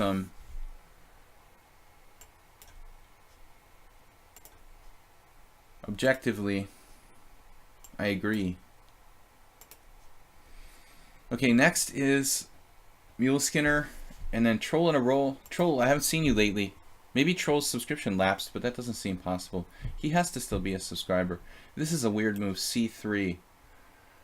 I mean, you're supposed to play like c4, you know, like it's a King's Indian attack, and I'm doing the King's Indian attack. You're playing the French against, you know, with white in the King's Indian attack. What's up with c3? I don't know. I mean, there's not like Queen b3 check does anything. I could just castle. GM Anand. Well, GM Anand, you know, he had a few matches with Magnus Carlsen that were about money. I'm not a huge Anand fan. I mean, I respect his game, but I really don't respect the fact that he even like sucked up all that World Championship money without even playing a respectable match against Carlsen. It looked like his only interest in those matches was to go there and collect the prize money. He had no interest in winning the match or even preparing or trying, you know. It didn't seem like he even cared, to be honest. He just wrote himself off, like before the match, even the two matches. He just wrote himself off, like he didn't believe he even had a chance. So I don't think you have business playing the World Championship for $1 million or whatever if you don't even believe you have a chance to win, in my opinion. You know, then pass and give someone else a chance to play. He's already got millions of dollars. Anand doesn't need another $1 million. Let's just let someone who really, like, you know, wants to play and has a chance to play the World Championship. I was kind of angry, you know, Anand wins the stupid candidate tournament and then just, you know, he's like taking a fall in a boxing match or something, not like on purpose, but you know, he just doesn't want to get hurt too bad. He just goes out there, you know, boxes like 3 rounds and then just goes home and collects his paycheck for second place, you know. It didn't seem like Anand even tried. Anyway, that's my venting for today. Am I losing an exchange here? Probably.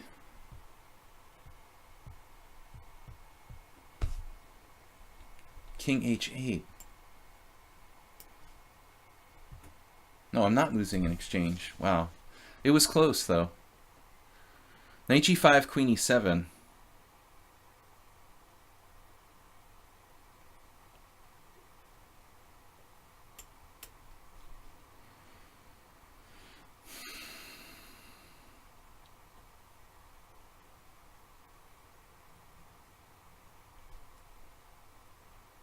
Curious if Vodka Drunk is a different... This is a really weird player, the Vodka Drunk. So you could have won an exchange there with bishop a3, it looks like.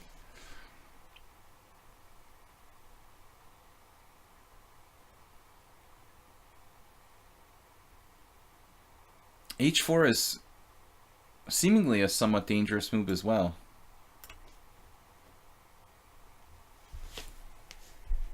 But bishop a3, just winning in exchange.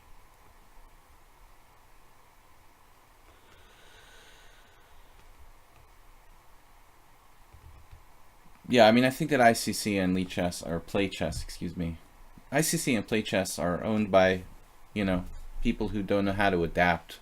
They're like old, they're stuck in their ways, just like the sites themselves, and they don't know, you know, how to adapt to a new environment. But I mean, I don't, you know, like both of those companies are just about some dude collecting money and putting it into his pocket. You know, I'm not really interested in that. Whoever, you know, Frederick Friedel or whatever his name is, and the owners of ICC. I mean, this whole idea of charging money for just playing chess online seems a little bit unrealistic to me in the modern world. If you got something, okay, ChessBase is different. ChessBase has a lot of products. I don't mind that. You know, you can play on Play Chess for free, actually. I mean, okay, but they didn't adapt. They didn't, you know, do anything to improve the site over the years. So it is what it is. But I don't like the model of charging money to play online. You know, I think that's gotta stop. Okay, Mr. Knight. Mr. Knight has some questions to ask. Okay, I don't have to necessarily. Maybe I'm not threatening to take it right away. Maybe I am. Maybe I'm not. I don't know.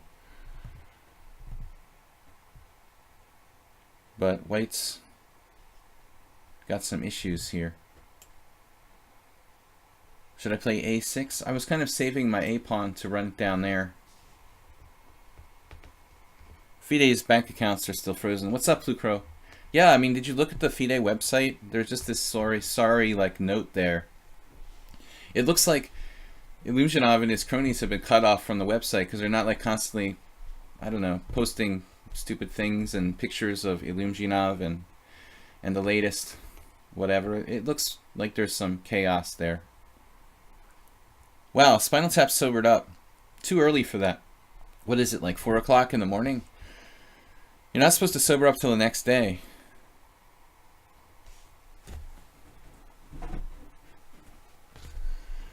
A4, stopping.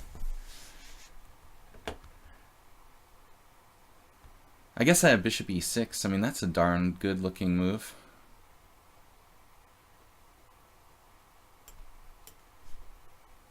Maybe too simplistic.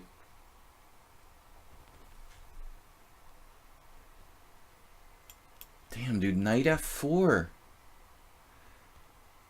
Let's call, like, Lieutenant Ahura and contact the psychic network. Vodka Drunk is a strange player. He just calmly played knight f4.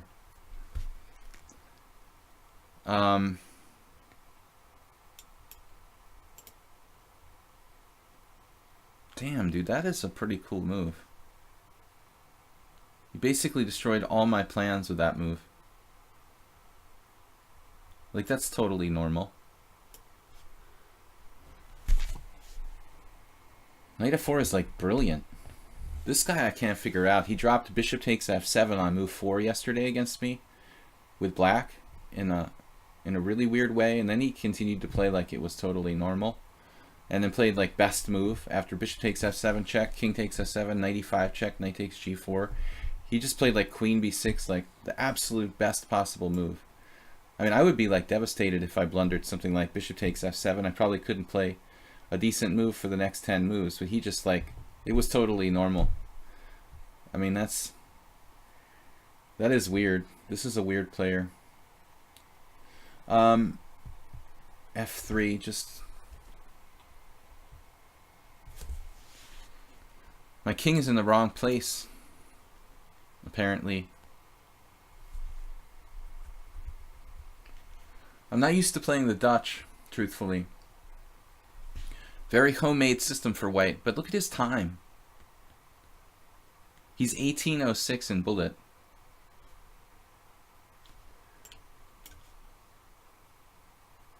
But he's much faster than me. Am I playing against same players more than once? No. I try never to do that. There's just not enough time. There's too many people who want to play. Even against my own subscribers, I won't play like the same player twice. Now we have g5, but it's really something that I don't like to enter into lightly. I mean, clearly g5 is a really dangerous move. I probably just committed suicide. Yeah, I shouldn't have done this. This is asking too much. Okay, bad idea. But it's done. I made the move.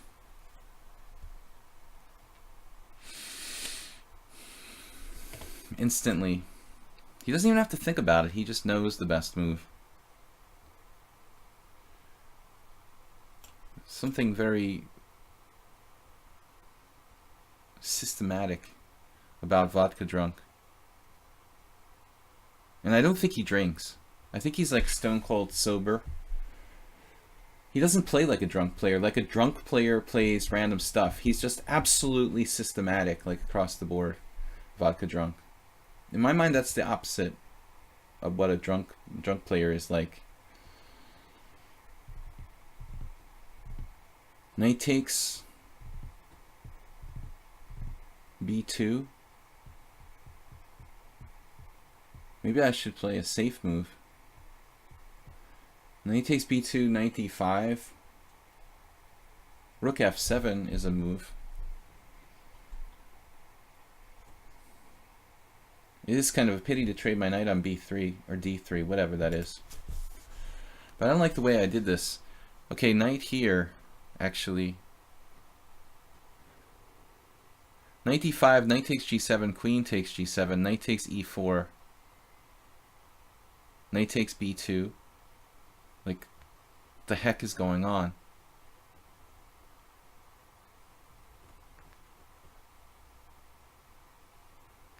Should I take on b2 first? And does that even matter?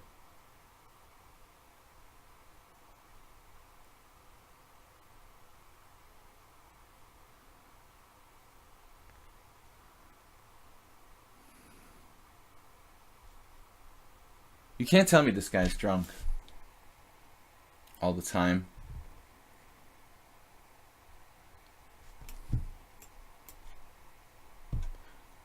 And he's so fast.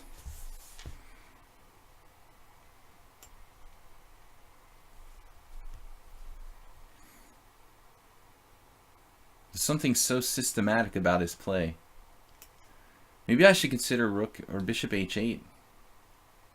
But now it looks like I've messed this up. White is just clearly better. He's not drunk. GG Halis. That's a good joke, though. I'm not a horse that sparkles.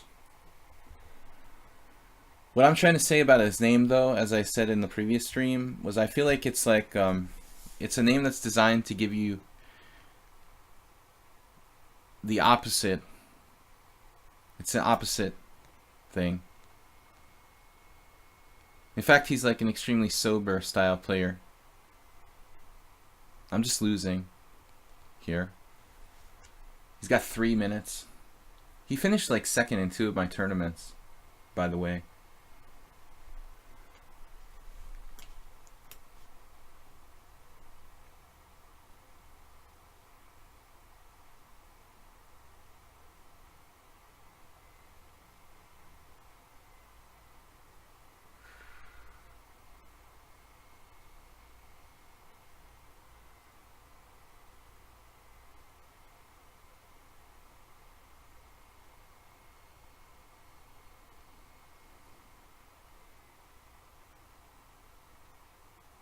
I think we're gonna lose this.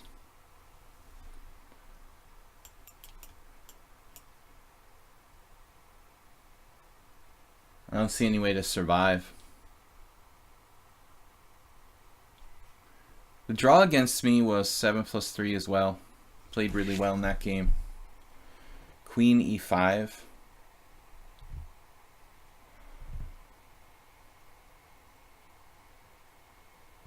Just toast here.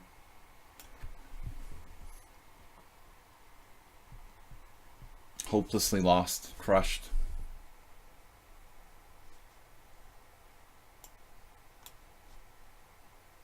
But his time, speed, and just play is awesome.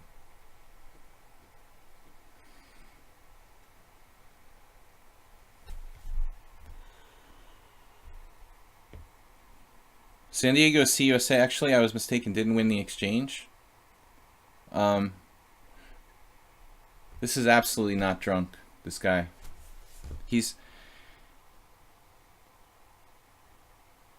I think he's kind of zoning in on me here.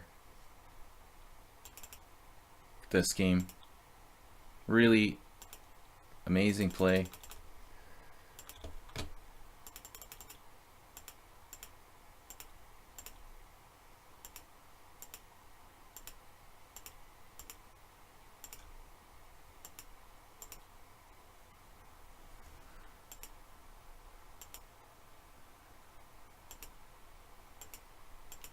Apparently I was better. But he found the knight f4 move.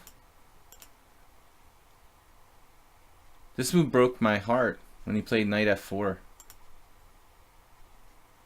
Fairly logical, actually.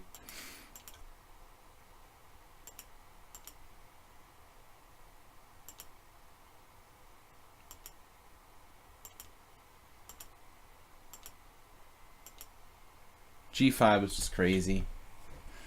I just can't play G5. No, I actually, when I reached out to play G5, I forgot he had knight H5. I mean, that's just a ridiculous move. I can't do that. Alright, we're going to take the challenge from Mule Skinner. He is a subscriber. Thanks, Melis, for... GG Helis for subscribing. Well, I called you Melis Kanap. Estonian Grandmaster. Melis. No, Helis.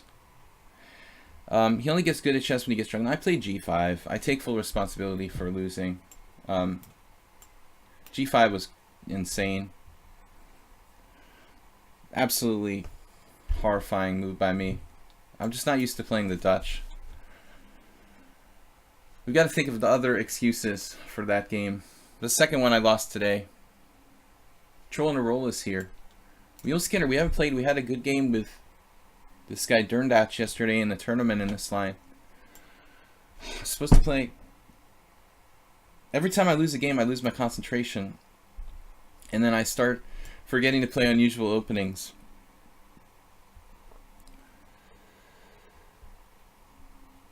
Vodka Drunk doesn't talk in the chat, so we don't have any information.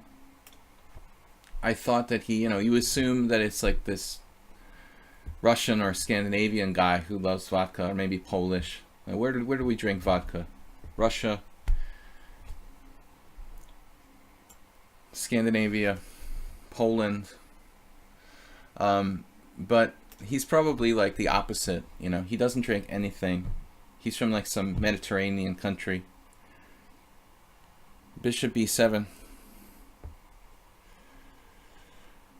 But I can't believe I played g5. I literally forgot he could go to h5 with his knight. I mean, I never would have done it if I had realized. So this is the same position from yesterday against Derndatch, I think. We did have, somebody play e5 against me. I think Zen Chess, who's also a subscriber, actually played e5 in a position like this.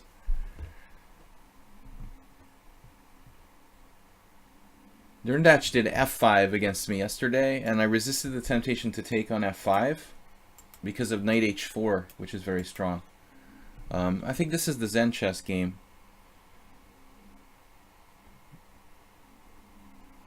The bishop on b7 is monstrous. I think computer says knight h6 here, if I remember correctly, which is by far the most natural. It's a little like a Pirtz, some kind of like Austrian attack Pirtz position, or modern defense, I should say.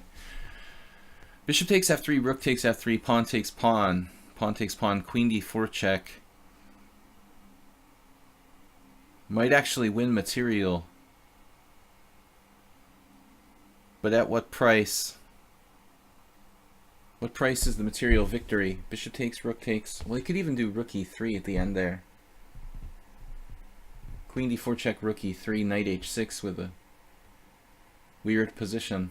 Maybe that's even good for black. But I feel very strange about giving up my white squared bishop here. Got crushed by Vodka Drunk, who's 1800. That's good. I crushed myself, though. I take g5 is just an awful move. Sometimes I lose focus and lose, like, I think it's very important that you, if you think about it, let me rephrase it. It's like one of those situations where you're playing a game and you make a bad move, and then like one of the spectators even could see like this move is bad. it's like sometimes you just have to step away and like regain your objectivity. You know, if I had been spectating that game, I would have been like, oh my god, like how can you play g5? So somehow in the heat of battle, or when you're playing the game, at some points during the game, we have a tendency to like lose contact with our sort of objectivity about the position. I mean, g5 is like an insane move that I lost 2 games in last April, a year ago, because of the move g5. I'm very well versed with the fact that it can go extremely wrong when you do something like that. e6 looks overextended. I even have a knight on h6. So we've got absolutely great position here. But I don't really want to give up my my bishop on f3 particularly. I guess queen c8, knight g5.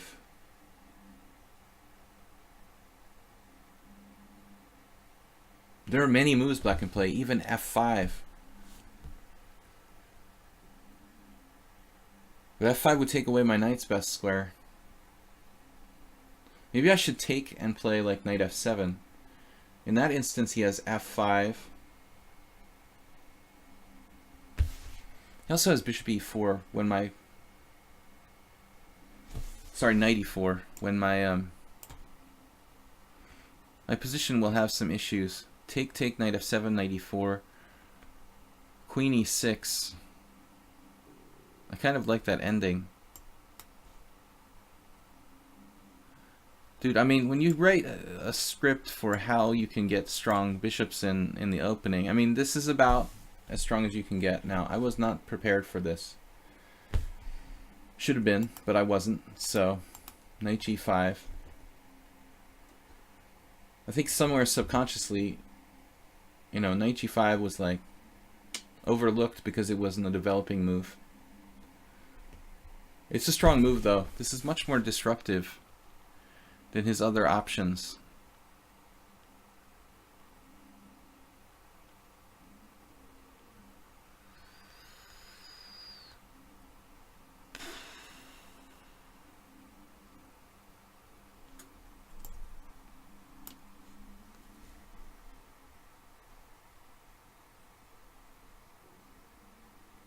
Now it's not so easy. It seems like I have some technical problems.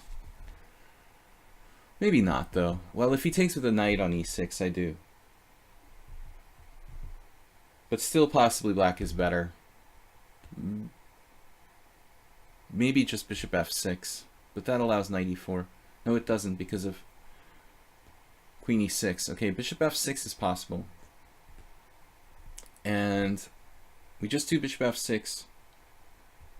And we're preparing for knight f5 and h5 or something like that. Doesn't have f5? He does. Knight takes e6, bishop f6, f5. Oh no, his queen's on the wrong square. No, he needs it on d1 there, or e2. The thing is, the knight on e6 interferes with me being able to castle. I could play bishop d4 check, gaining time. How bad is that position for white, though? I have to give up one of my bishops. Still, black is probably better.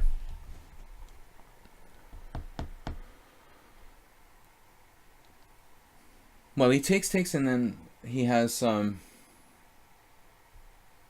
let's see, 92. Oh, this is not bad. It saves the tempo over bishop f6, but here it's opposite colored bishops, and I have some weaknesses on the dark squares. Fat President is next. Yeah, finally. He should be a subscriber. Then I'll play Troll on a Roll, trying to mix in some of the non-subscribers. We have like 2 hours left. This is probably 2 hours, 20 minutes left. That's it for the games today, guys. I'm going to play... I have to play Troll on a Roll and Fat President. But I've got to go at 12:30. So only time for 2 more at the most. And I'm going to be late as it is. Sorry if you made the bubble. Hyperpatzer. Ivanchuk is a very weird player and a very great player and a very creative player. You know, I had a conversation with the Hungarian IM, an older one, like a couple weeks ago. He was trying to compare like Ivanchuk to Rapport, you know, but I said, wait a minute now, hold on. Like, I'm sorry, but Ivanchuk is not as like crazy as Rapport. I mean, he finds creative solutions, but he doesn't play like stupid openings, you know. Rapport plays just like plain stupid openings. Etienne, I think you're... Yeah, you need to just show up at the beginning of the stream. But listen, guys, Friday, I'm gonna just take the challenges in order. 5 plus 3 only.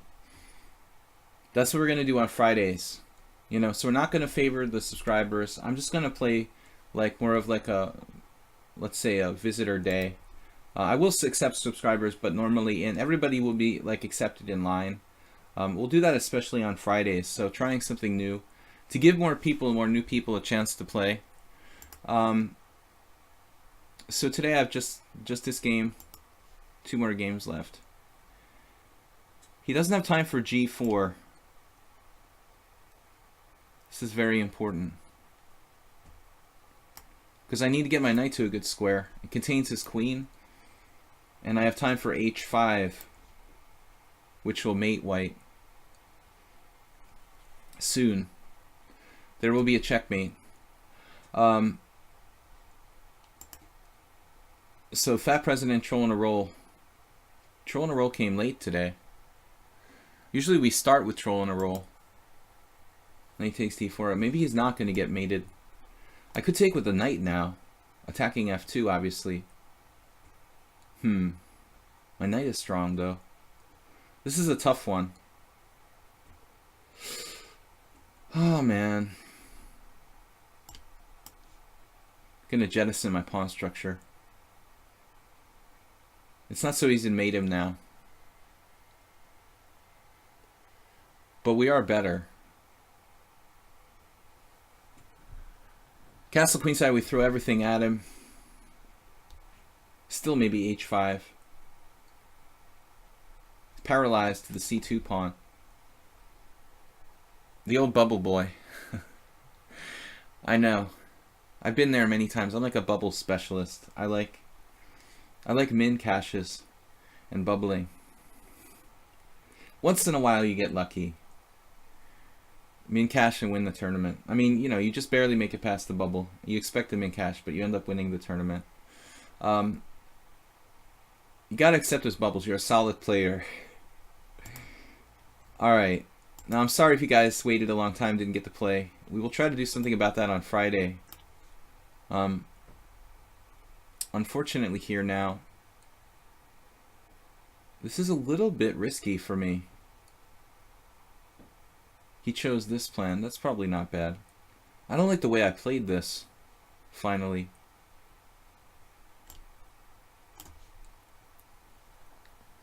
We've got to open lines. The can opener, G5. Even if I have to sack a pawn,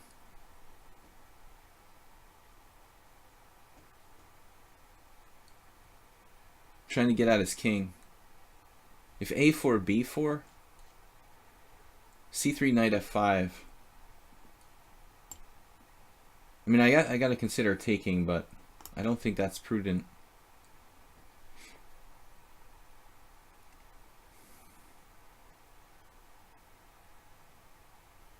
This is getting a little bit too weird. To put my knight on b3 now, just to prevent my king from getting opened up. Wow, what am I doing? Queen e6. Basically a cheapo. Cheapo with multiple cheapo threats. A multi-way cheapo.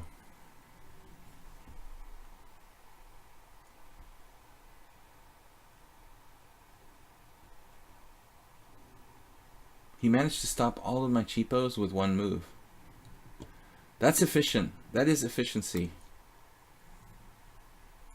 We have renewed cheapo possibilities. But limited. Limited cheapos. You gotta take, nothing to think about, Mule Skinner. Mule Skinner has to play C takes D, and he's not losing by force, it looks like. But it's still very unpleasant for white. Okay, guys, last two games for today. Fat President and Troll. Fat President is strong. Candidate Master Strength. Tushar, if I have time, I'll accept your off-stream challenge. I mean, that goes for everyone. Not just you. I mean, for all of you guys. If you see me offline, I mean, you can challenge me to a game. I'm oftentimes teaching or doing some kind of work-related stuff, so I can't guarantee I'll take your challenge, but I will definitely try. Unusual openings. What am I going to do?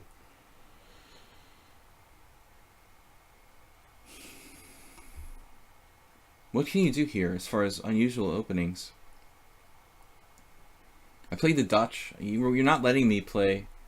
You're not letting me play the Budapest Gambit. This pretty much kills a lot of unusual openings. To play the Polish in reverse.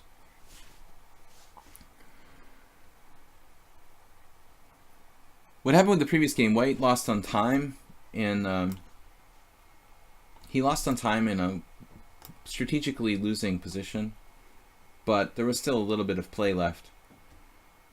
He was like -2 according to the engine.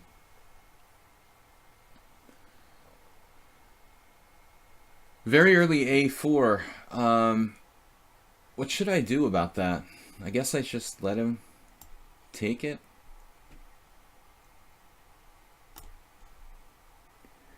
I was considering playing B4.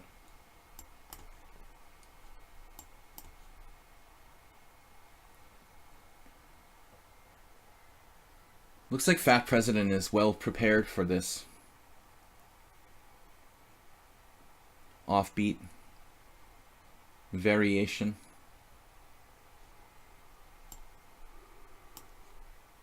I feel like my development is a little too slow here.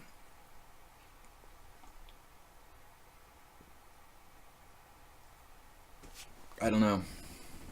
Maybe I should have played B4. I'm not an authority, but I do play a lot of A6 type of stuff.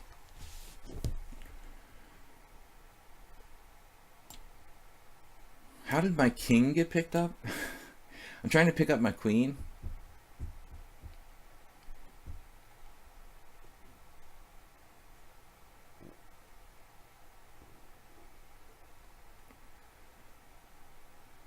Okay, so C takes B5. What am I saying? C takes D4.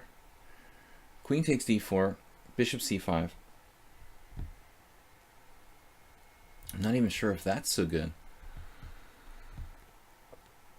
But if I play like D6, he has Queen A1. That's probably not a big deal. D6.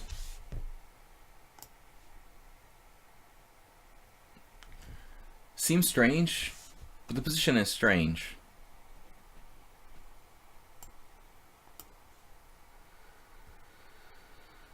It's just a strange position. Fat President is playing fast. V's dumb coast. So guys, I have one last game against Troll in a roll. I'm gonna cancel all the other challenges. I'm sorry, Edium, you bubbled twice. Picking Troll in a roll because he is a subscriber. Last game for today.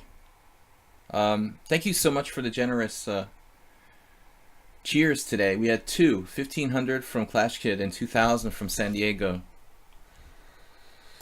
Sam Diego's is a Mexican restaurant. D takes C5. We should start getting advertising for commercial companies and stuff here. It's about time. Yeah, you can absolutely... I don't play 1-0. I'm sorry. I gave up playing 1-0 about 15 years ago. 10 years ago. It looked like I was playing 1-0 a little bit 10 years ago.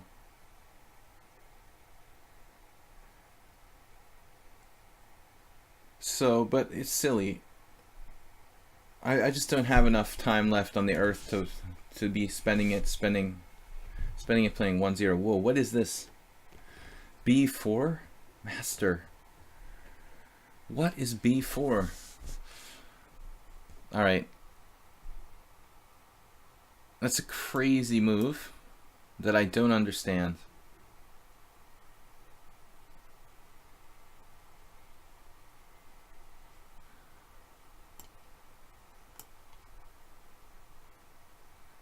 Okay, it's a creative pawn sacrifice, basically.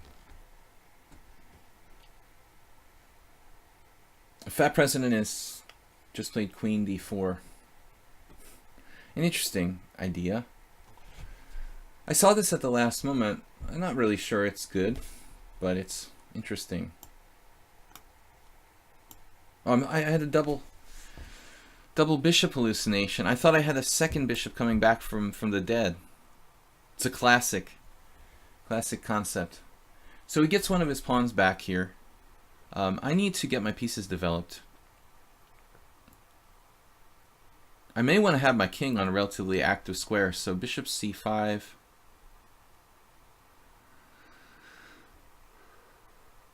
It's worth considering.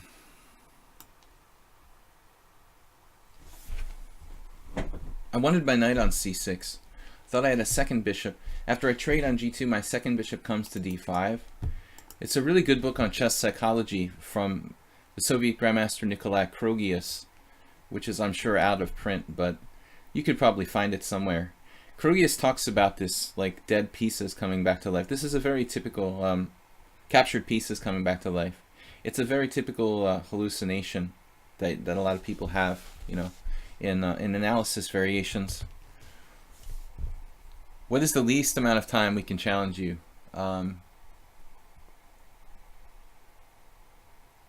Well, in casual, I would play 3-0. If you guys want to play rated, I really don't like to play 3-0 unless I have, unless I've been playing that, you know, and I'm kind of like faster than usual. I would need to warm up to play like 3-0 rated, because I haven't been playing any games with that kind of time control.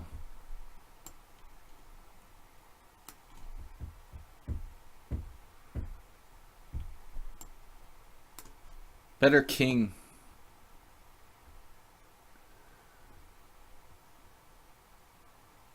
Yeah, that's a problem. Well, you could have taken that pawn before, so what's the difference if you take it now or you take it later? I tried to give it to you before, but you wouldn't take it. Alright, rook c8. Well, bishop c5 is like a rep draw. So, I mean, if he wants, he can take a draw, like bishop c5, knight b3. I don't want to lose all my pawns. But I can play rook c8, knight takes b5. Then, what? Bishop c5. And I have the extra move rook c8. Which is fairly valuable, but maybe not that much. Alright, let's try it.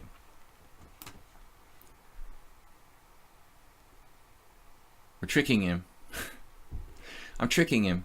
Or tricking myself. I need to get my rook in the game. One way or another. Was that a Clash song? That is the Clash, right? Where is Clash Kid?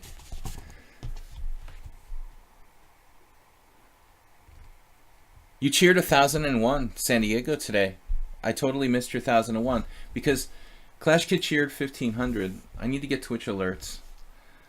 I think Clash Kid cheered. Why don't I just play knight c6 here? So I sort of bamboozled him. You know, he could have kept repeating with like knight b3, but by doing this, I get to play knight c6 straight away, which is actually slightly better. I mean, maybe I'm not winning anyway, you know. Maybe I'm not even better here in reality. But I feel like this is a slight improvement. His knight is sort of trapped in this position. Just sort of trapped. He could have repeated with knight b3. So thank you again. I mean, I didn't see the 1001. I think Clash Kid sort of blotted you out with his 1500. So then you outbid him with 2000. Is that what happened? We had like a bidding war. I have to get the Twitch alerts file that fired up. What about although that doesn't really relate to bits, does it? Oh no. He was nervous about his knight, so he played this. Oh my god. Now what are we going to do? Rook a8. Pin it and win it.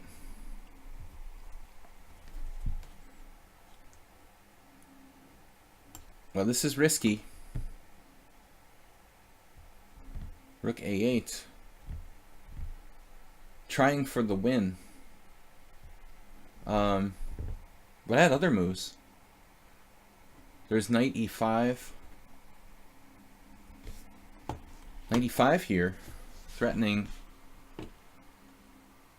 things.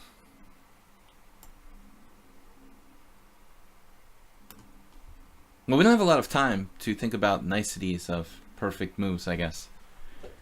His knight is strangely dominated on b5.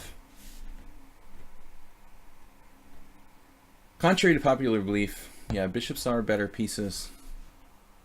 But this is a strong move.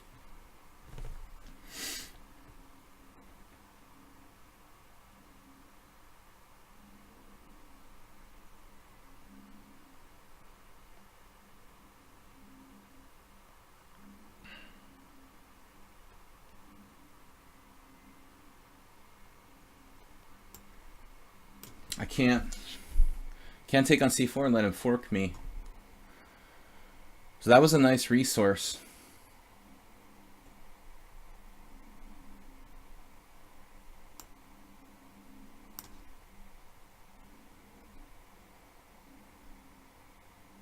Looks like he's just drawing.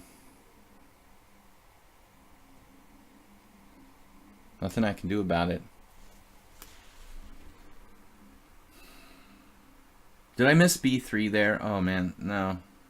That wouldn't have saved me. I mean, that wouldn't have saved a winning position. Alright. Is knight d6 okay? He's got knight c6 check. Am I going to blunder a piece or something? I almost played knight d6. Not the safest move. This is a draw, though. Alright, was I winning?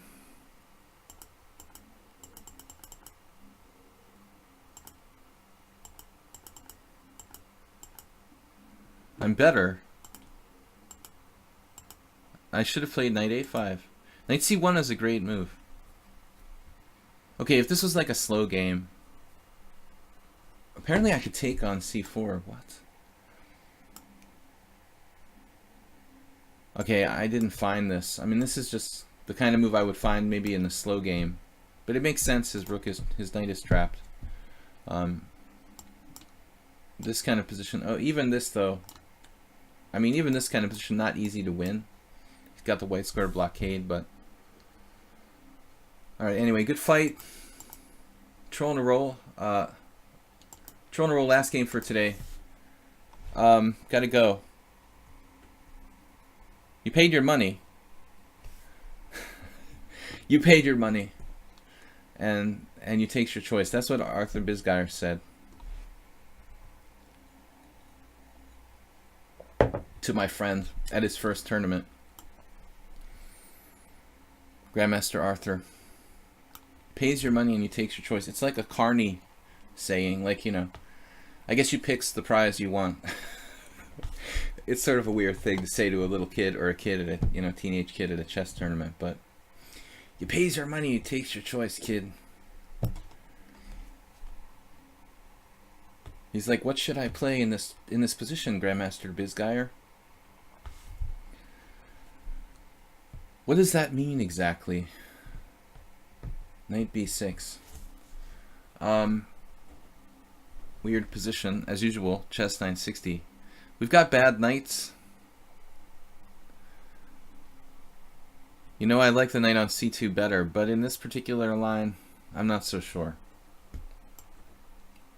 I'm a little concerned about knight a4, though. I can go rook d2, rook c2.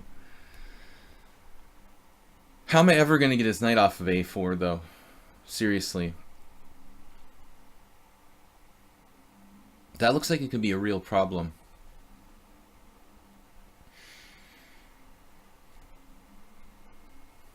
But I don't have too many choices, so knight c2 is a like losing move. Like knight c2 and I lose to knight a4 immediately. Just resigns. Wow, that's like the fastest chess 960 loss. B3's starting to look pretty good, man, to be honest with you. Despite the fact that I don't have any dark squared bishop for the long diagonal and lots of weak squares, I'm sold. 1b4. There is no unusual openings. They're all unusual openings. Anyway, guys, I hope it was entertaining today and you learned something. You know, I try to make the streams instructive and impart what little knowledge that I have. Despite losing a couple games today, I feel like we did all right. I lost to Enchanteur and Vodka Drunk. Vodka Drunk was really an awful move by me, whereas Enchanteur is just too fast. Too fast and too good. All right. D5 best move. He's trying to break my center. And possibly D4.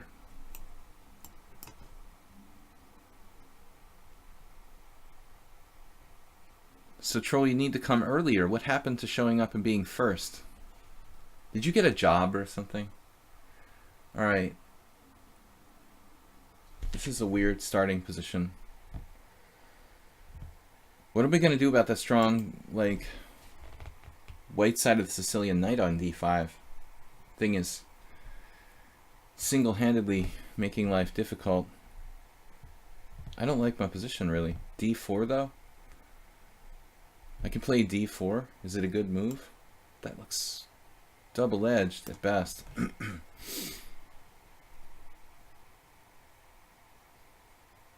Whose king is safer after, like, D takes C, Rook takes C8 check?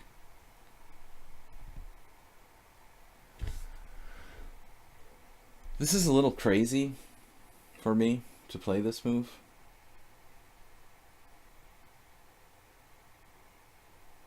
I guess I'm getting tired toward the end of the stream. But if you guys want to challenge me off stream, like I said, I don't really want to play rated games faster than 5-0. If I was like really practicing playing 3-0, I used to be okay at 3-0, you know, when I wasn't so slow, but I feel like I would need to play quite a bit of 3-0 to get my speed back, and what little I have.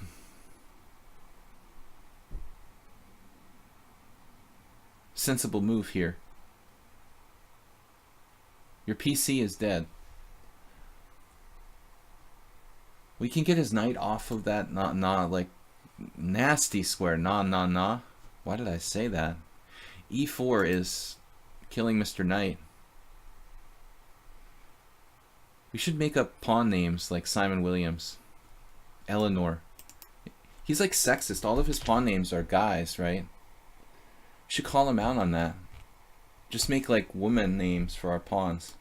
Eleanor. You name sexist pawns, Simon Williams. E4.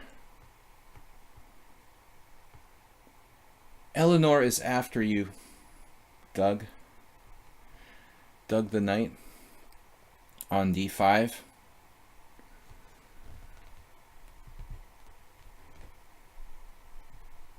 But the knight is his premier piece. You know when you're playing the black side of the Sicilian and the guy's knight is sitting on D4?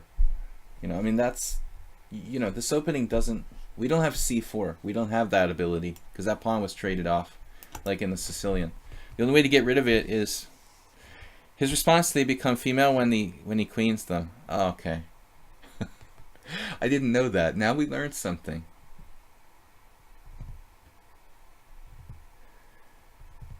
Alright, you're trading up. Eleanor is active.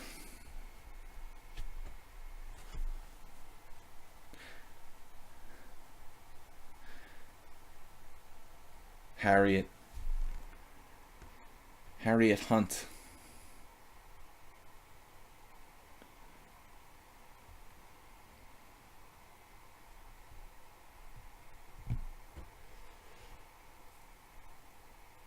Anna Rudolph and Harriet Hunt. The A and H pawns. E4. Come on, Troll. Let's move, man. I got places to be. He was like, yeah, let's go. My PC is dead. Did your PC like crash for real? I had a blue screen of death yesterday, right before the stream started. Had to restart. I have a theory that it's like Microsoft conspiracy, trying to do secret updates when I don't want to shut off my computer, making me have the blue screen of death. He builds his harem by promotions. Knight b4. Whoa. That is weird. Well, you're not even threatening anything. Trying to take Annie the A pawn. But it's maybe not a bad move. He can go back to c6, which is actually a good square. So there's something to be said like this is the most active square. There's no material win for white.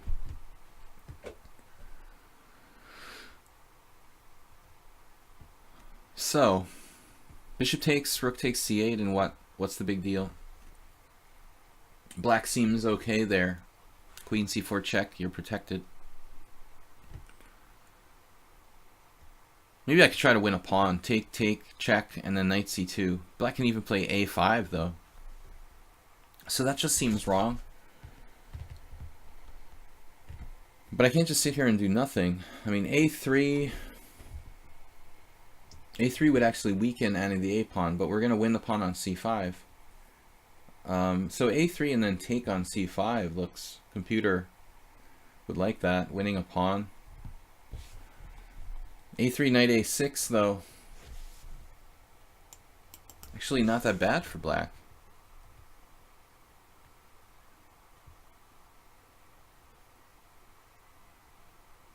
So I'm not that sold on this. Huh. Takes, rook takes c5. Rook takes c5. Rook takes c5, bishop takes b4. What's up with that? We win a pawn? Is this any good?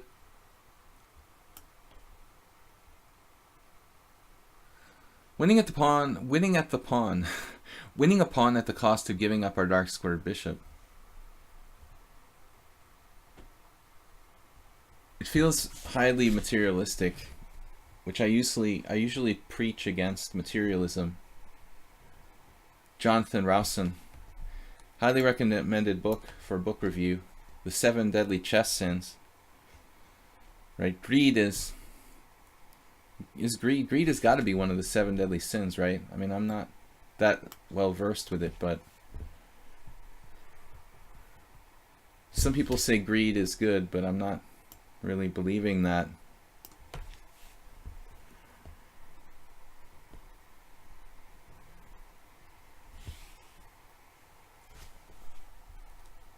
The Baltic defense. Eleanor is actually the D pawn. What? Oh my God! What is that check? Stay away from my king, please. You know, this is one of those. You could argue that it's like a move that helps me. You're actually forcing me to make a like, sort of constructive move. In this case, putting my king on a safer square. I think the time is already doing some damage to Troll, he's worse than me with time. He's a pretty good player, but he's just ridiculously slow. Oh, there's that bishop b5 thing.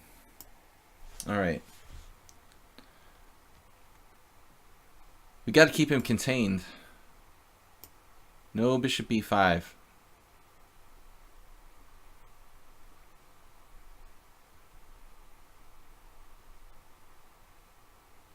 There's knight g4. We can stop that. But he's getting awful close to castling here.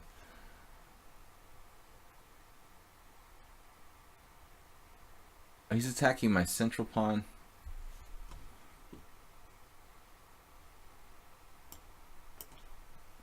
Okay, I need to get developed. Knight g4, rook f1. Or I just ignore it. Maybe I can sacrifice a pawn. Now he's threatening that again. I don't really like that. We've got some weaknesses. Maybe I should play queen c5 sooner rather than later.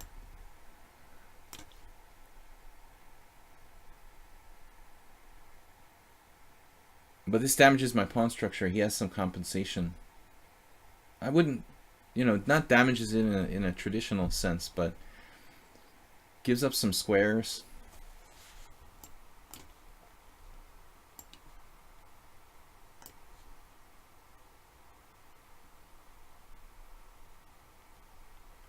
Still has a little bit of compensation, but not enough now. Now we're just grinding him down. Can't play bishop d6. Two bishops, though, arguably like strong here. A little bit pressure like along the d file.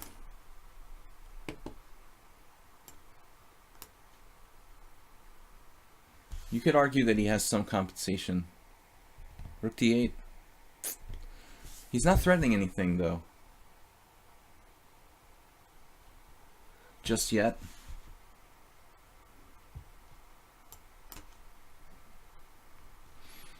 No time to really annotate the moves here. Troll is not losing on time this game. Bishop a5 check. I can narrowly escape with b4. Okay, king c3 is kind of a weird move, but if he goes to the c file, you know, I'll just go back or go to d2. He has some compensation. It's only slightly better for white here. But everything should be under control.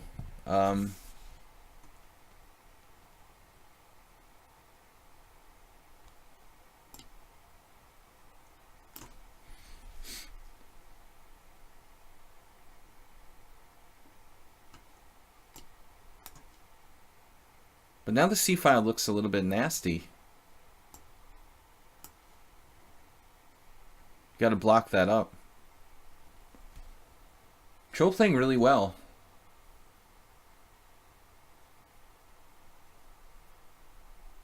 Look at that.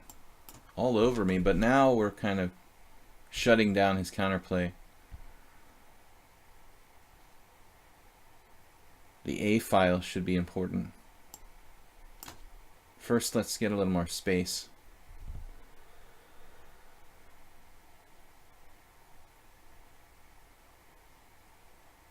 He lost on time.